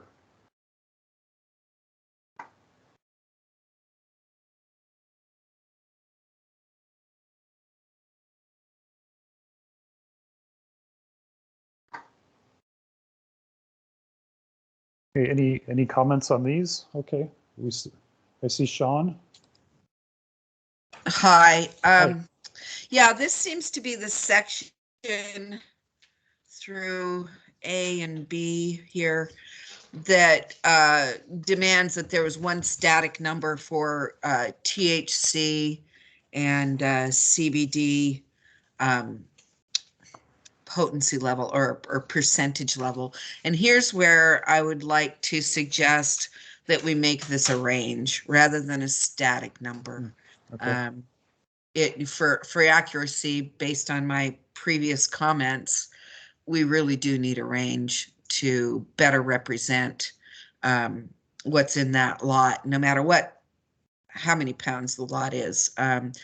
Early on, when we did testing from flowers to the top of the plant, middle of the plant to the bottom of the plant, there was easily a 6% variance on the same plant. So the science is out there. I mean, it's real. And so for us to put a static number to represent a several pound lot is just inaccurate. It's just not, it doesn't disclose everything to the consumer that I think they'd like to know. Okay, well, thank you. That's good. And do you have anything else right now? I've got some suggestions. I mean, right now, because of this THC requirement on the label, the market has really gone to a high THC for the lowest price kind of driver. And so by giving a range, let's say less than 10% THC, there's people out there that don't want high THC. Say 10 to 15%, 15 to 19, 20 to 24 and above 24, I mean, something like that. I think that would be more accurate, and it could easily be determined based on an average of 3 consecutive tests, and again, be more informative on the label to the consumer. Okay. Yeah, thank you. Let me advance the Rule text again, I'm sorry, everyone.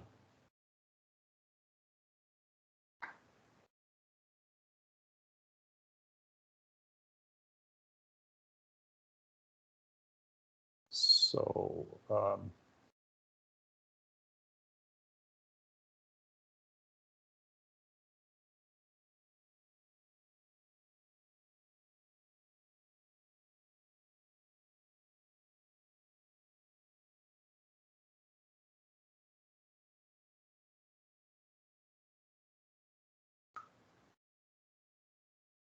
do you see anything in the chat, Robert? Nothing's been added to the chat, no. Okay, okay, well then I'll go ahead and go on to the next page here. And I believe this is the part of the subsection that Jeremy was referring to here. So thank you again, Jeremy, for your comments.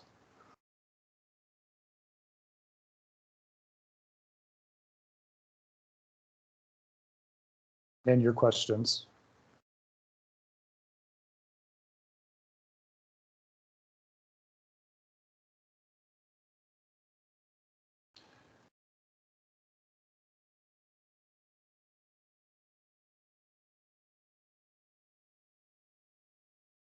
I don't see any hands. So if anyone has anything to say, please raise your hand.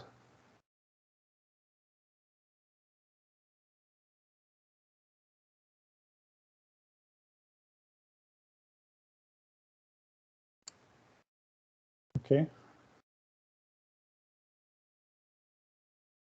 So let me advance to the next page here. If anyone sees anything, please raise your hand.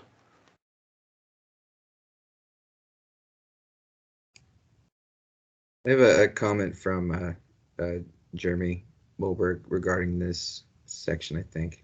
Okay, go ahead. Jeremy writes, this should be bile tolerant only, with follow-up tests for the others if fail for bile. Okay, okay. Yeah, thank you, Jeremy. And that's right here. So I'll go ahead again.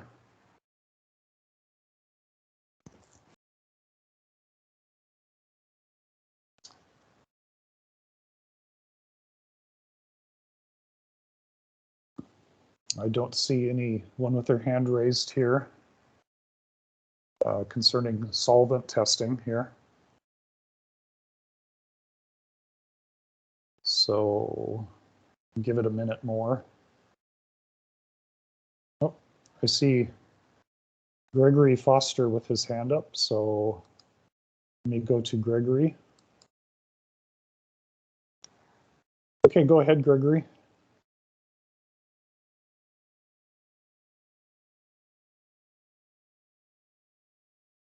Oops. Go ahead, Gregory.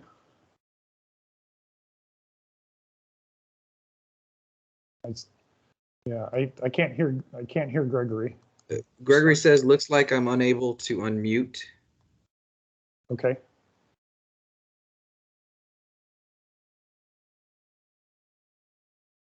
Okay, have your microphone on. Oops, sorry. So you want to go ahead and try again, Gregory?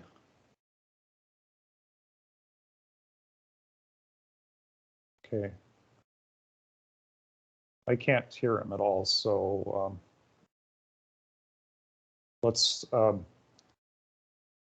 watch the chat here. Okay. Okay, I see Gregory. Okay, Gregory's written his question in. Let me go ahead and read that out loud. He says, Okay. I'm wondering if the list of solvents has incorporated contemporary processes used to synthesize D8 and D9 from CBD.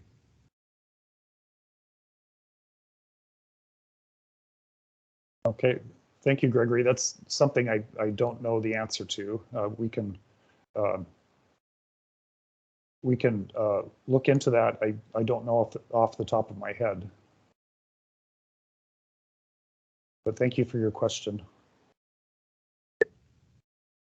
Jeremy Milberg asked another question. I'm not sure if he has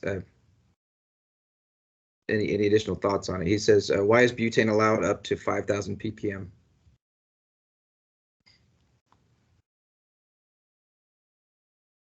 Okay. I don't know the answer. I can check on your question with the examiners and look into that, and I can follow up with you, Jeremy. But thank you for your question. Okay, I see Gregory Foster again. Let me see if your mic is working. Go ahead, Gregory.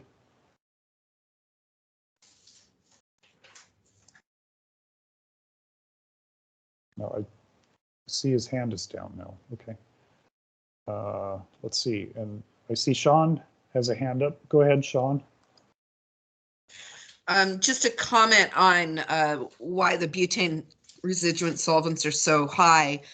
In the industry, processors that are processing concentrates this way are really striving for a much lower residual solvent. I've heard, is down to 50 parts per million rather than 5,000. So, I mean, it's doable. You can make a cleaner product with much less than 5,000 parts per million of solvents. So, yeah, I agree. I think we should really tighten that up, especially since patients that have compromised immune systems really rely on concentrates. We need to make sure those things are very clean and very safe for that marginalized patient community. Okay. Thank you, Sean. I will follow up on those figures. I don't know the science very well, but I can follow up with our examiners and review that and see if that's accurately what they suggested to us. So thank you, Sean. Now, since we have a little bit more of this subsection, I'll advance it here. And this is the page that includes the heavy metal language here. So if anyone has any comments, please raise your hand and I'll. Oh, I see Sean again. Yeah, I think in G, heavy metal screening is required for all DOH compliant products. As described in the chapter, heavy metal screening is optional for non-DOH compliant products. However, heavy metal limits provided below apply to all products. Any product exceeding the provided limits is subject to recall. The board may conduct random or investigation-driven heavy metal screening for compliance. I would say the board shall conduct rather than may. I really think the board is obligated to conduct random investigation on heavy metal screening, mostly for the reasons that I mentioned before because of the patient community, but also, we know from the vape cart scare that there are heavy metals that can leach from poor vape cart containers. And so again, we must conduct random screening at the store level. So I would suggest changing may to must or shall.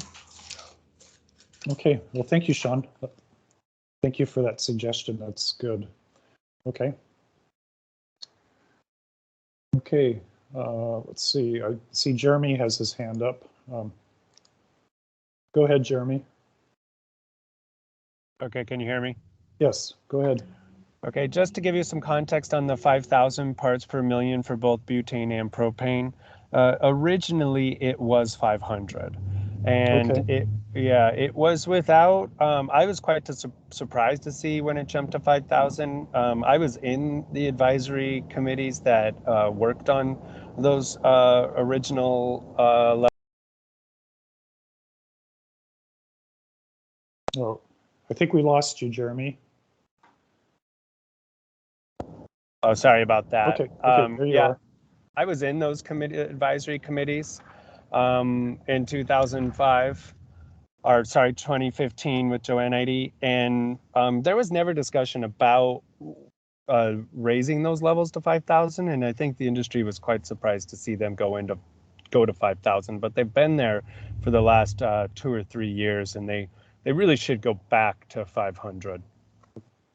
Okay. Well, I'll look into that. I will follow up on that. Thank you.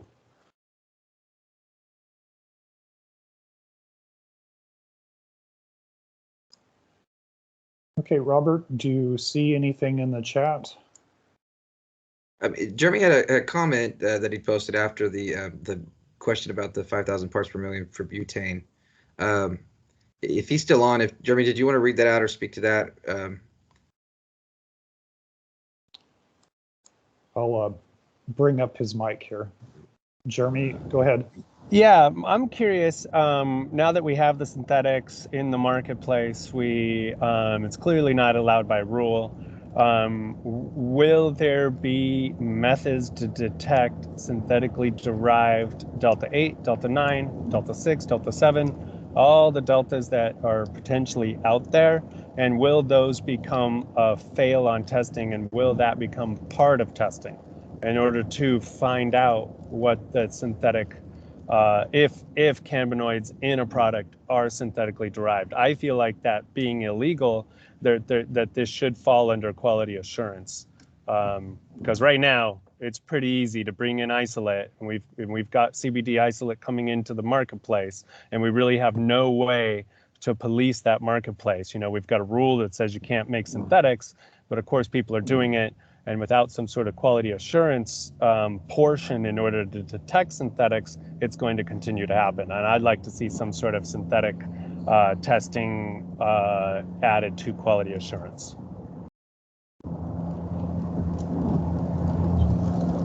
Okay, thank you for that comment. That's much appreciated.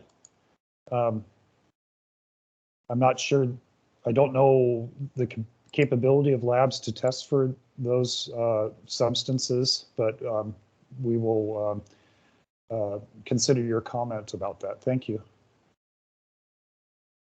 And let me see, I think we should advance the rule text again for the rest of this section, the rest of 3.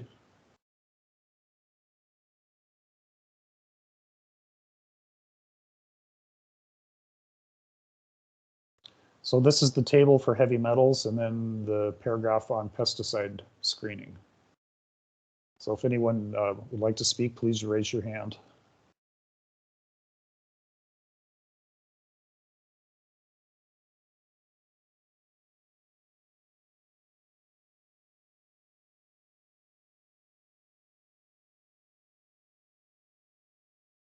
So I don't see anyone yet. Jeremy still has his hand raised. Jeremy, did you have anything?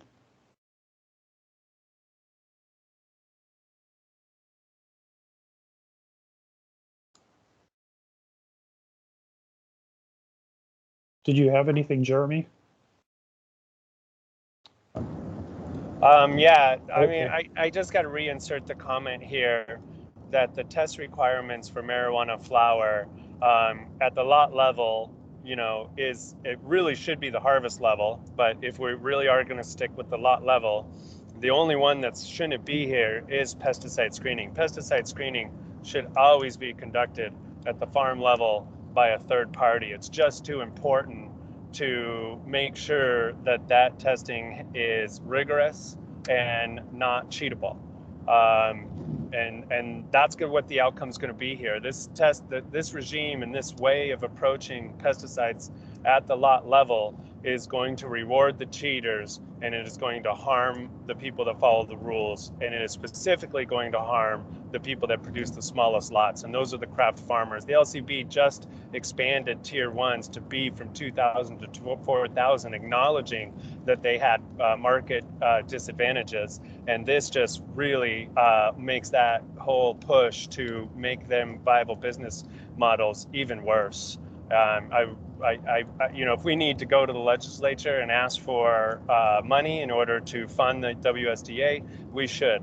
The LCB has a history of working with the WSDA, and I encourage you to look at that MOU between the WSDA and the LCB, which has provided funding to the LCB. I encourage you to look at that, and I encourage you to move pesticide testing to that current relationship and not put it on the farmers in a manner that can just be cheated. Okay, thank you for your comment. Thank you. I see Sean has her hand raised. Hi, this is kind of outside this section, so I apologize, but I do want to point to a study that the LCB commissioned back in BOTEC days that showed that of all the tiers that produce flower lots weighing less than 5 pounds, at that time, 72% of what tier ones harvested were less than 5 pound lots. 52% of tier two harvests were less than 5 pound lots. And on tier threes, it was 32.4% of their harvests were less than 5 pound lots.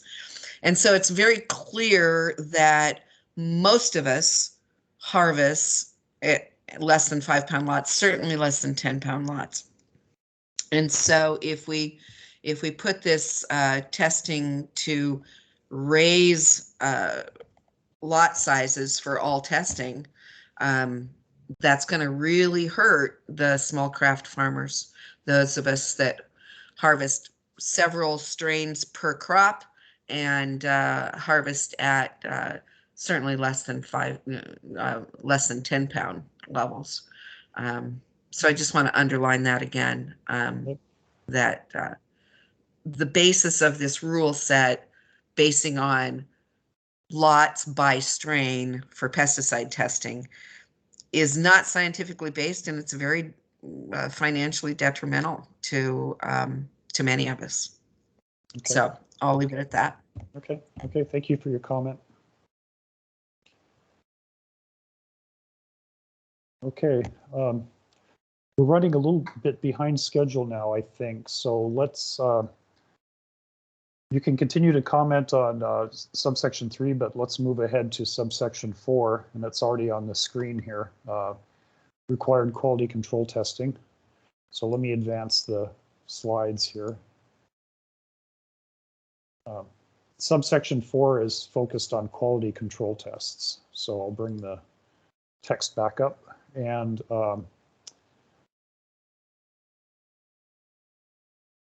this subsection covers a couple of pages as well, but it begins here at 4. So go ahead and raise your hand if you have any comments, or put your comments in the chat. Do you see anything, Robert, yet? Nothing yet on this Okay. section. Okay. Okay. Thank you.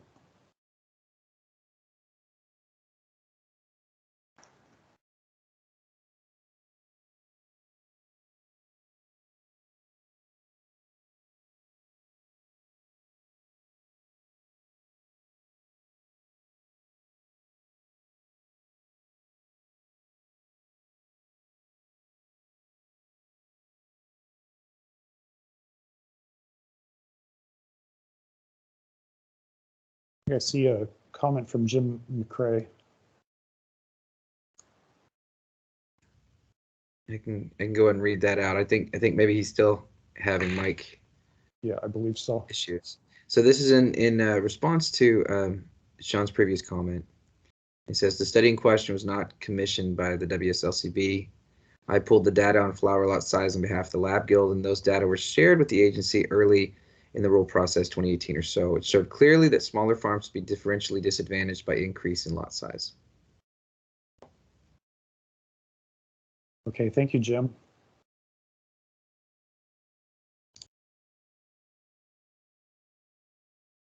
Okay, let me advance to the next page if everyone's had a chance to read the beginning of subsection 4.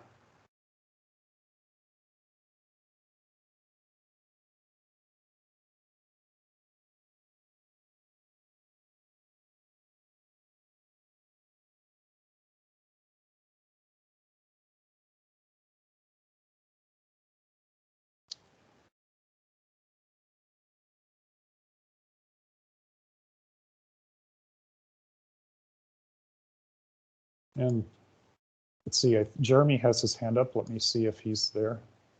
Go ahead, Jeremy.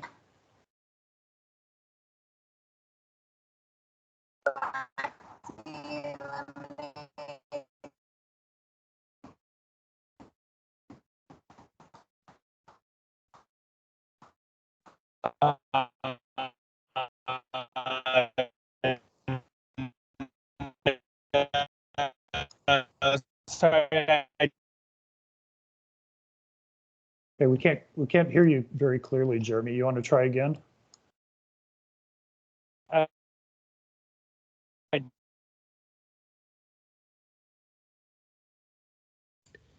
Jeremy saying his hand wasn't up. Oh, okay. But Okay. on that note, Sean is saying Jeremy's comments on mycotoxin screening needs added here. I will say that didn't have my hand up.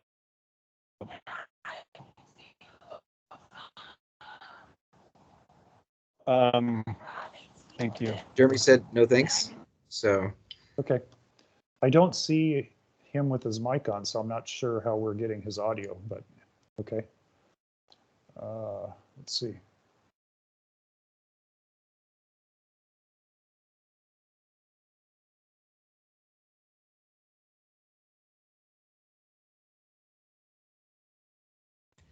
and I think just real quick, if I may, what Sean was saying, and Jeff has addressed this already too. If you keep your comments specific to the section they address, it sometimes is a little more helpful with the discussion. And so, Sean, I agree that Jeremy's comments on mycotoxin screening should be added here, but it was discussed earlier. So it's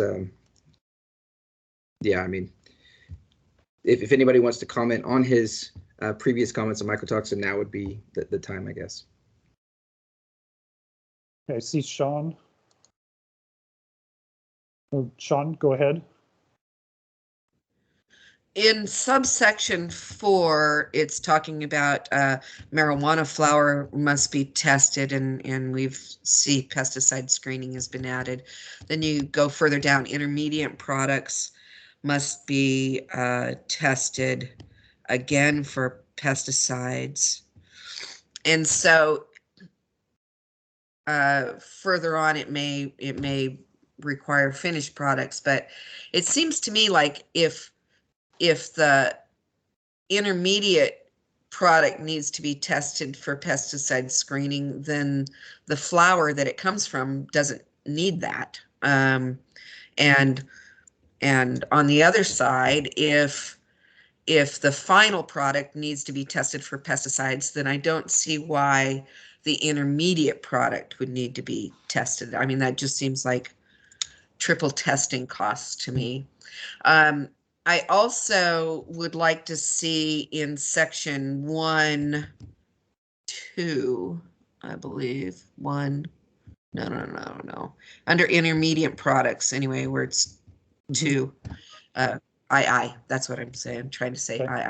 Okay. Marijuana mix must be chopped or ground so no particles are greater than 3 millimeters. I don't know why that is. I think we should strike that. I mean, that's just another step that we would have to take to chop or grind our marijuana mix that is going for processing.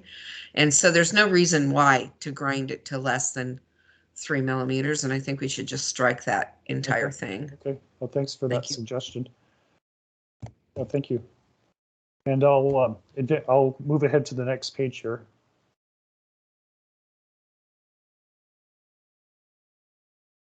And Sean, to your question, if marijuana flower is used for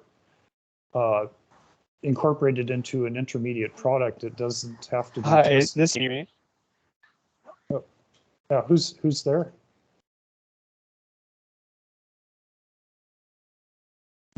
Is that you, Jeremy?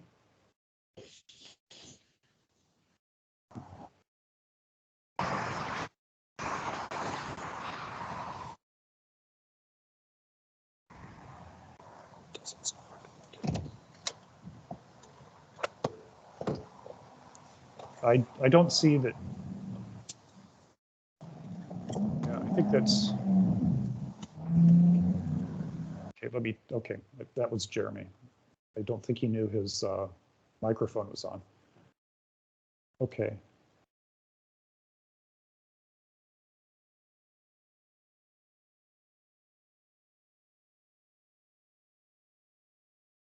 I think I was addressing the Sean's question about pesticide testing for marijuana flower that was intended for intermediate products. The marijuana flower can be used in intermediate products and without being tested first, but then after it's created into or converted into an intermediate product, the intermediate product does have to be tested. So there is not a requirement for testing both at the flower stage and the intermediate stage.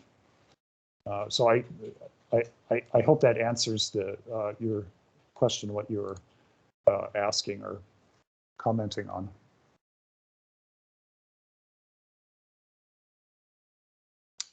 I also have a comment on V, so section 4V. Okay, go ahead. Says intermediate products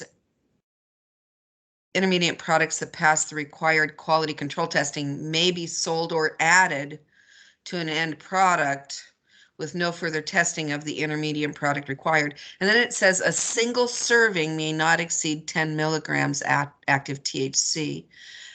That last line, a single serving, doesn't seem appropriate to be in the intermediate product, because intermediate product is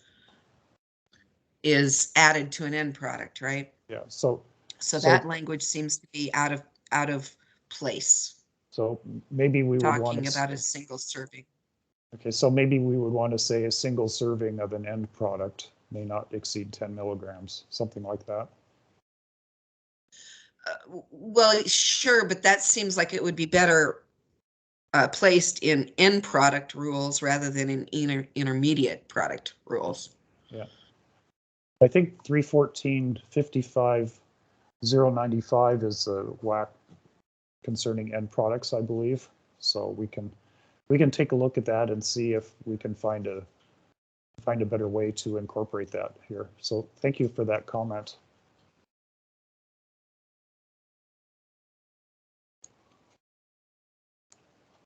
Let's see, do we have any comments in the chat, Robert?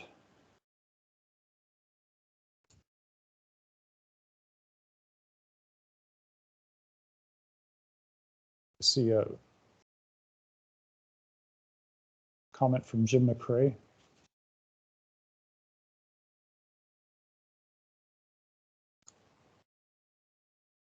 Okay.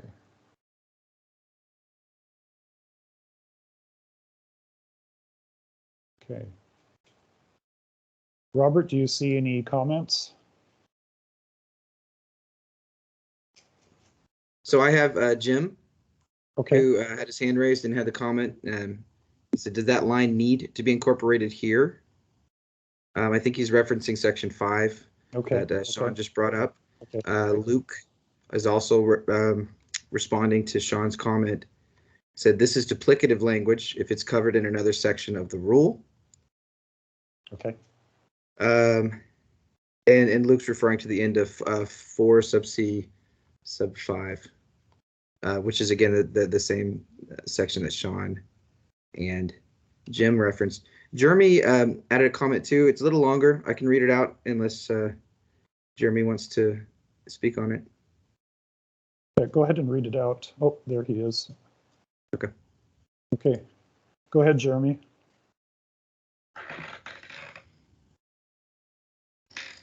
Yeah, go ahead, Jeremy.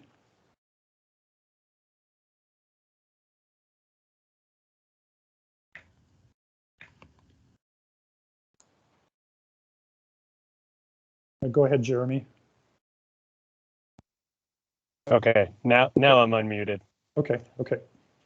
Um, yeah, I apologize, and if I become too much of a pain in the ass, you can just read my comments. Yeah, I just wanted to again mention that we got to make sure here, to Sean's comment, that we're not duplicative testing. And this industry sort of on its own that does a lot of self-regulation, a lot of self-testing of pesticides, it is very duplicative. I cannot sell wholesale product without a pesticide test, and then they immediately get a pesticide test, you know, often upon receiving it, and then they'll get another pesticide test upon actually creating the product that they're after. And so this really just brings me back to that the pesticides, it's a different beast than everything else here and needs to be treated much differently. And I really hope we end up with a system that is not over costly and overburdensome for farmers like the current system is. Those that participate in the self testing part of the marketplace, which is most of us. So there is a lot of testing that's going on, and it is duplicative and very expensive and cheatable, quite honestly. You know, and I just really hope that this conversation starts to move towards pesticide testing that is not self-selection, that is not conducted, and that is conducted at the farm level. We really need to protect consumers here, which is not going to be achieved without that very important aspect to it. And we need to not create a system that is overly burdensome to farmers who are having a terrible time even surviving in this massively overproduced marketplace that the LCB has created for us. Okay, thank you for your comment, Jeremy. Okay, let's see. Let me advance the the rule text here. Okay, so that takes us to 5. Okay, do we have any more comments on the last section? And if not, I'll move ahead to subsection 5 here. So let me advance the slides. And subsection 5 is focused on sale and transfer. And we have it up on the screen now. So section 5 is 2/3 of this page here. And I need to step away for just a moment, but I will be right back in just 1 minute.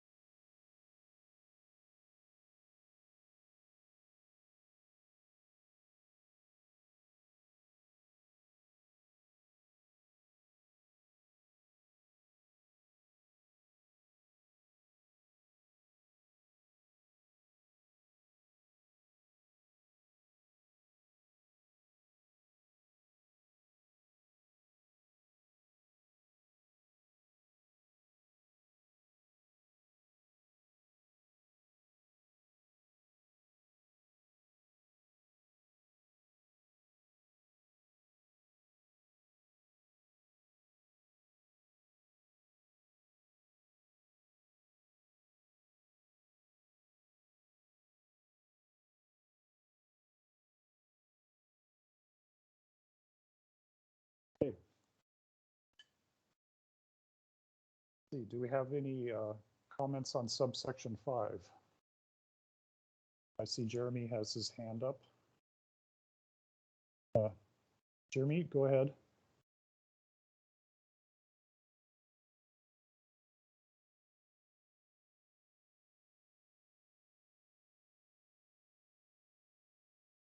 I don't see Jeremy now.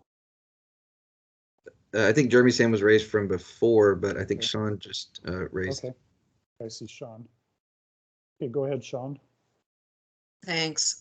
So section 5B, I'm trying to wrap my head around this. Licensees may wholesale or transfer failed batches or quantities of marijuana flower to be extracted pursuant to subsection 6 of this section, unless failed for tests that require immediate destruction.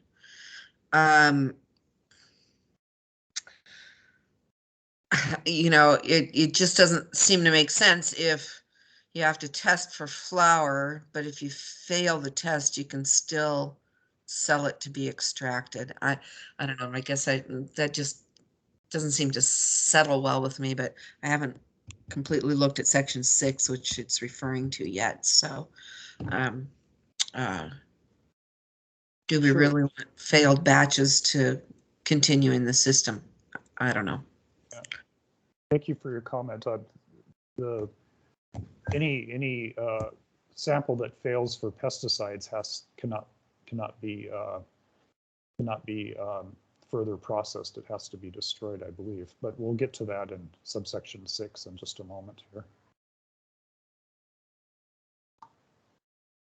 Okay. Let's see, Robert, do we have anything in the chat? No, I think that was the question you were just answering regarding related to pesticides and failed pesticide testing. Okay. I think more specifically, Jeremy was asking if it can be remediated or if it has to. Okay. I think, or if it has to be destroyed. Okay. Okay. Let's see. Any other comments on subsection 5? Don't see anything.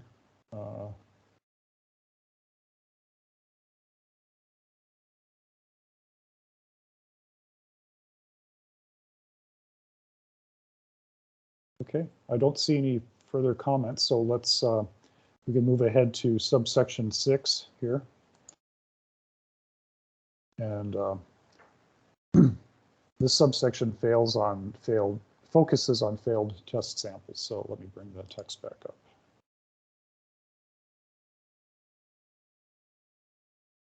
And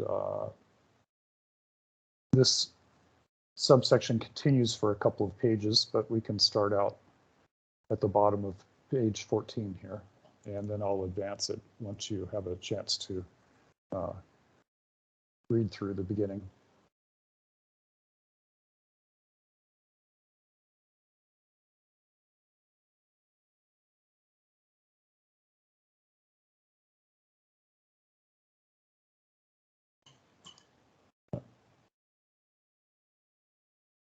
And Jeremy, did you have anything? I see your hand is up still.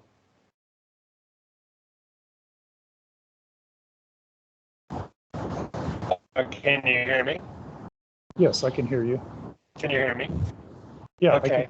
I think there's I don't know why my hand keeps staying up, but I was typing, so I will take this moment to. Yeah, I think we lost you again, so maybe.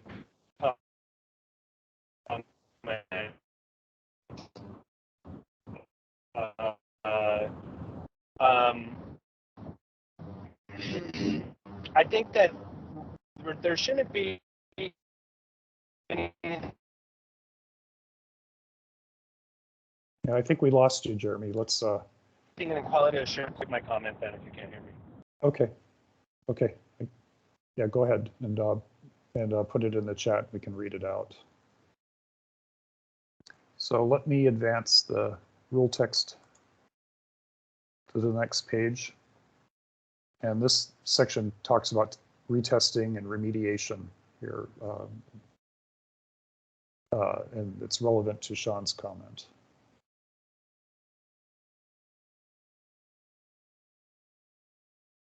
Okay, it looks like we might have a comment from Jeremy now.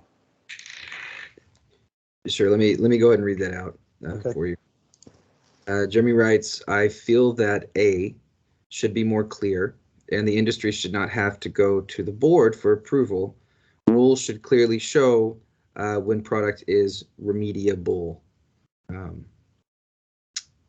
And that's the Okay. comment. Okay, so he's referring to 6A there. Okay. Thank you, Jeremy.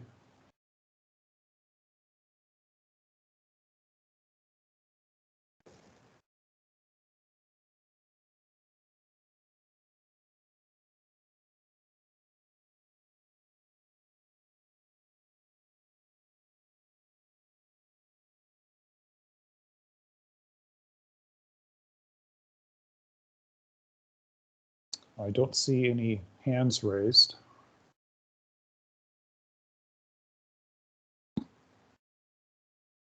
So I will go ahead and go to the rest of this subsection 6, and it continues down to here.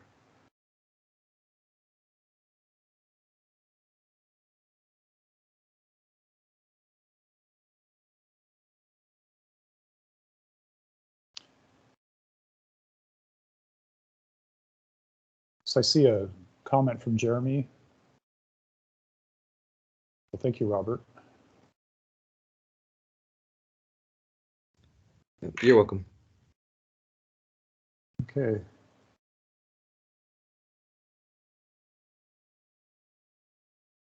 Okay. Okay, I see Sean. Let me get the mic.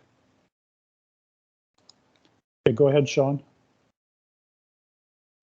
In 6A, excuse me, in 6A and 6B, they both end in may be sold unless failed for tests that require immediate destruction.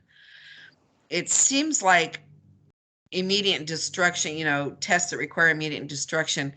Did I just miss that? Is that talked about in the previous pages of this rule draft, or does that come in the future of this rule draft? Because it specifically relates to tests that require immediate destruction, but I don't find those tests that do require immediate destruction. Okay. You know what I mean?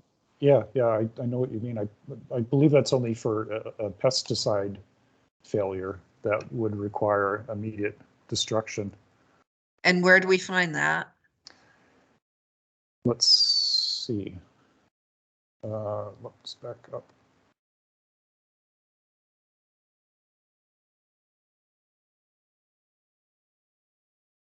I know it is in there.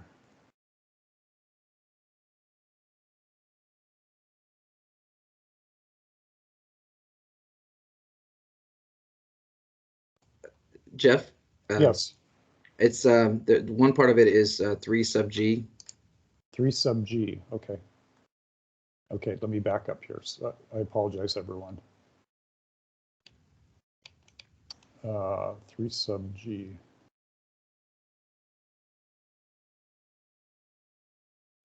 It's in the section with heavy metal screening.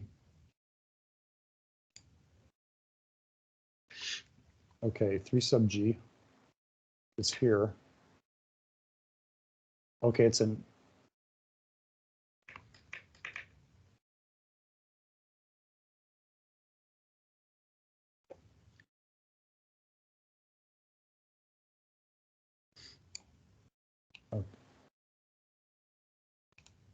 Okay, Robert, I'm sorry, I don't see it. 3 sub G says any product exceeding, it's the second full sentence. Any product exceeding the provided limits is subject to recall and destruction.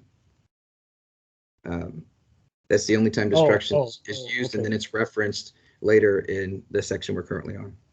Okay, I see. So that's something we may want to address then. I do believe it says that pesticides failures cannot be remediated. I believe it says that specifically, but I don't see it now. So I'm trying to. We'll look at that, fixing that. So thank you, Sean, for that comment. Let's see, and the last note in 6C is your reference to the pesticide failure. Pesticide, there it is. Okay, okay. I knew it was there. Pesticide failures may not be remediated. Yeah. Okay, thank you, Robert. Let's see, Sean, did you want to add to that? Yeah, go ahead, Sean. Where did you find that language? It is here. Well, it's in 6C, the last sentence. Pesticide. 6C. Yeah, pesticide failures may not be remediated. So that may be language that we want to be more specific about. Thank you. Okay, thank you for pointing that out.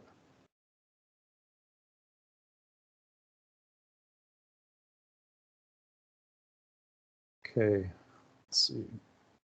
And this subsection continues onto the next page, so I'll advance it again here. So this subsection continues down to 7.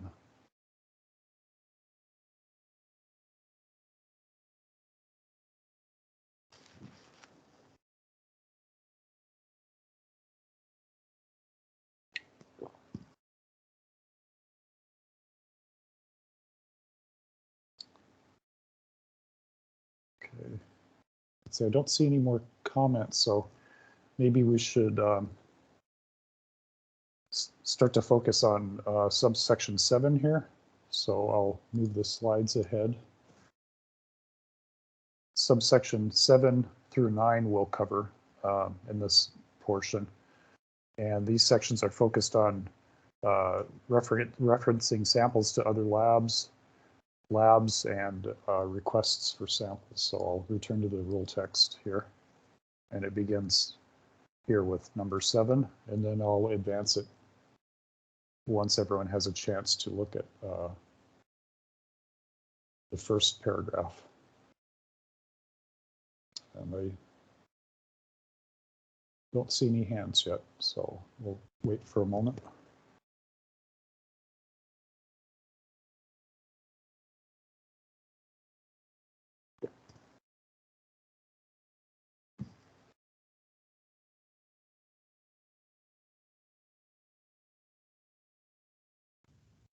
And Jeff, just a quick comment from Jeremy Moberg. He was requesting, if possible, a Word copy of the rules. He says in order to comment or edit, make it easier to comment or edit.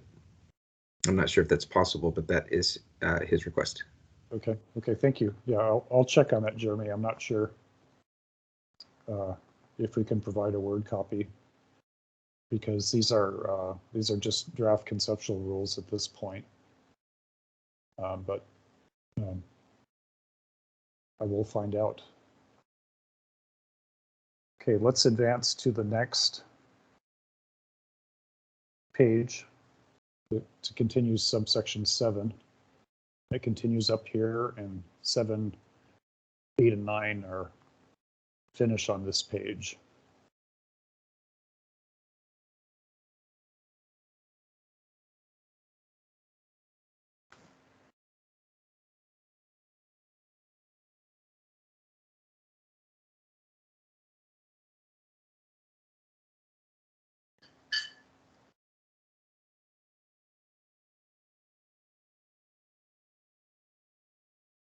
So I don't see any hands raised yet, but if anyone would like to speak, please raise your hand.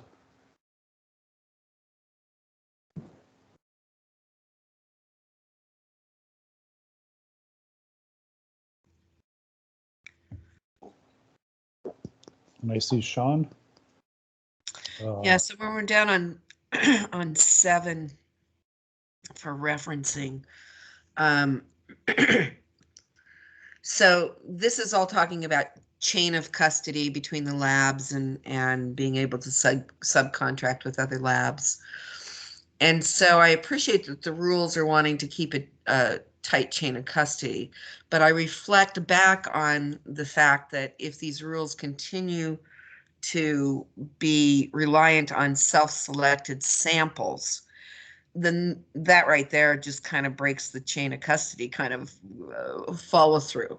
You know, so any self-selected sampling, we must have end product random off-the-shelf testing to keep people honest, because cheaters will cheat. And so that's really the only way to make sure that the products for consumers are clean, is to do final testing and final packaging of final products for consumers. So, you know, all of this chain of custody with the labs doesn't really mean anything if we don't have end product testing. So. Okay, thank you. Thank you.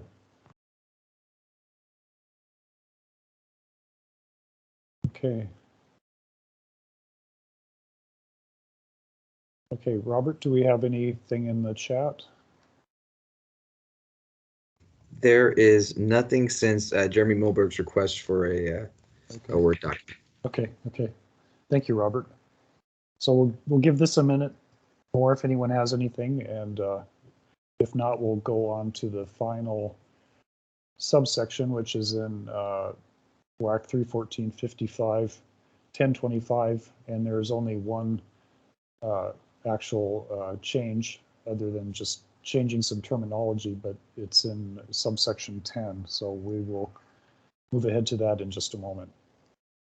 And so if anyone has anything for 7, 8, or 9, let's, oh, Sean? Yeah, go ahead, Sean. Sure.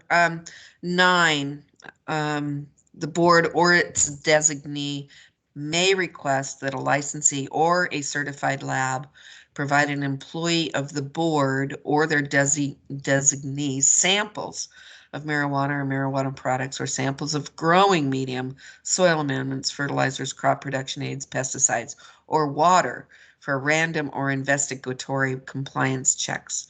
Samples may be randomly screened and used for other quality control tests deemed necessary to the board.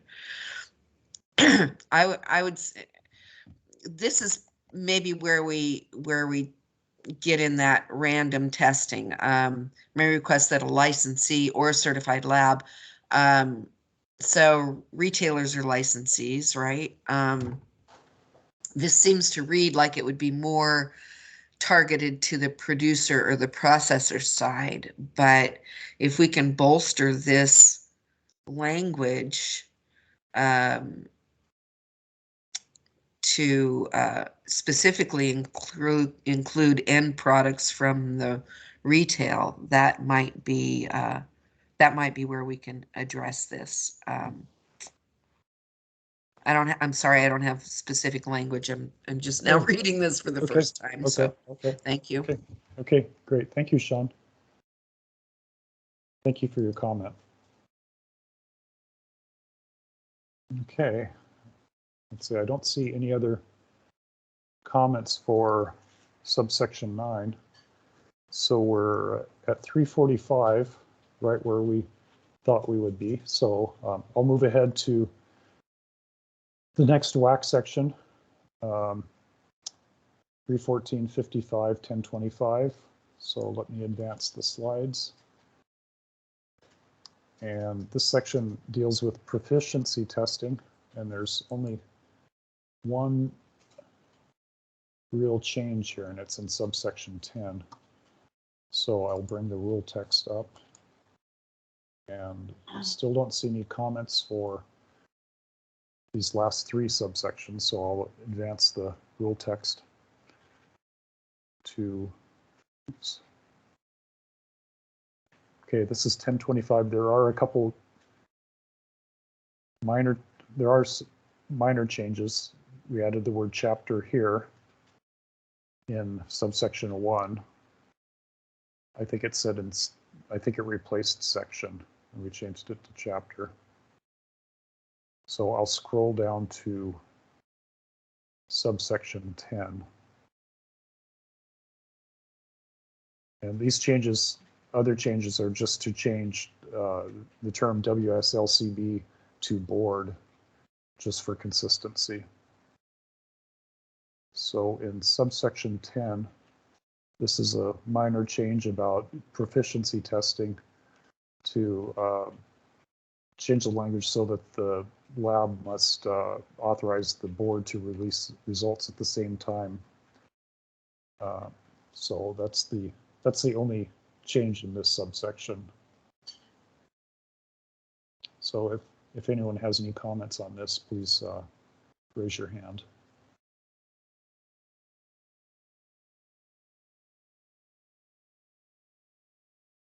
I think it's pretty straightforward though. So I don't see any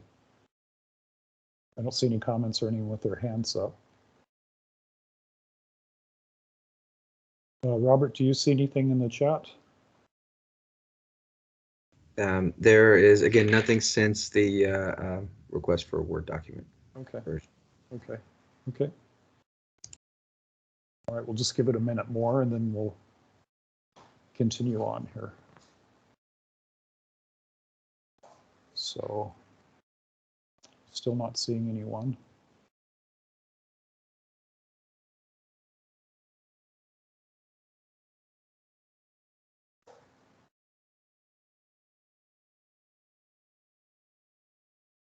Okay, I don't see anyone with a hand raised, so I think we can start to wrap up here.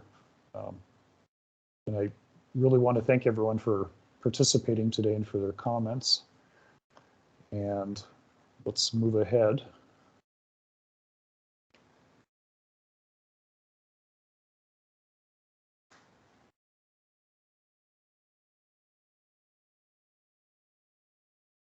Okay, well, let's wrap up.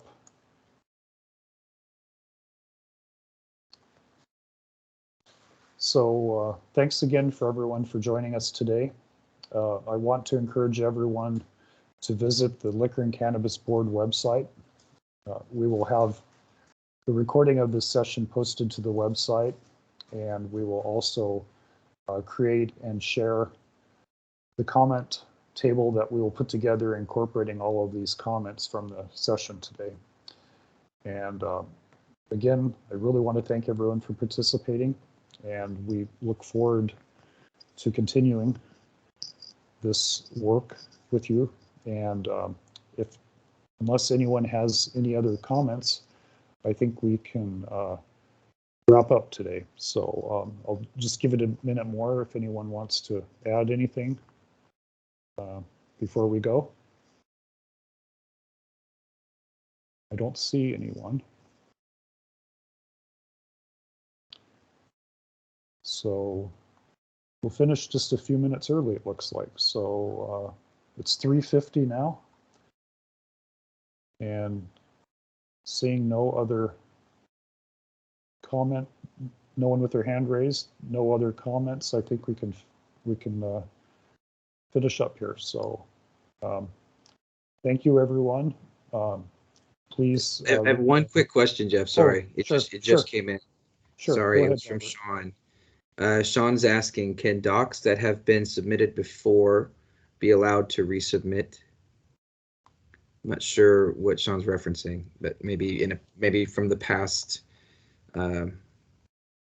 Actually, I'll let Sean speak to it. Oh, okay. If my mic's still on, yeah, you know, there's a handful of us that have been very involved in this for 6 years, I think.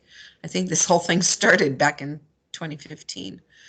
And so there's been a lot of information that was submitted, but we've had, you know, a few changes in leadership at the LCB. And I don't know if those archived documents, it doesn't appear like you guys are aware of some of the former documents. So just like to have an open path of knowing if we can resubmit those documents for consideration in this rulemaking process.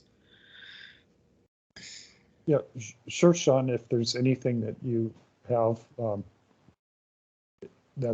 think that's perfectly fine to submit them again. I know this has been Okay. this rulemaking project goes back to 2018, so it might be a good thing if there are some things that are relevant to what we're talking about, if they can be shared again. So if that's terrific if you want to do that. Great. And submit them to you. Sure, that would be fine. Thank you. Okay. Thank you. I'm sure we have a lot of material that we have in the file for this rulemaking, and this is brand new to me, and I don't have the institutional knowledge of this subject. So anything that you can share is welcome. And Sean, if I can add, just for Jeff hasn't mentioned it, but the Gov delivery message that Jeff had sent out contains a lot of really, I think, useful links. A lot of it does incorporate some of the past materials. I linked to one of them, which was a pretty good 18-page responses to common themes. And if you go back to the Gov delivery that Jeff sent out, it does link to a lot of the kind of the earlier documents that are part of this rulemaking project. Having said that, it might not link to everything. So just as Jeff said, feel free to include everything you want. But I'd also encourage you to take a look at all of the links that have also been provided. Right. Yeah, thank you, Robert. There are a lot of materials on the LCB's website, and the previous sessions and documents are all linked up there. So there's a lot out there on the website that is posted in relation to this project. So many of those things are available, but I'm sure that anything that you have, I will welcome it. So thank you, Sean. So I don't see any other comments. So unless anyone has anything else to add, I think we can wrap up. And I want to thank everyone again. This has been very helpful, and we will be sharing the collected comments from this session soon on our website. So thank you very much, everyone, and I appreciate all of your feedback and your questions, and I will follow up with the questions that I need to research, and I'll get back to you. So thank you very much, everyone, and with that, I think we'll sign off. So thank you.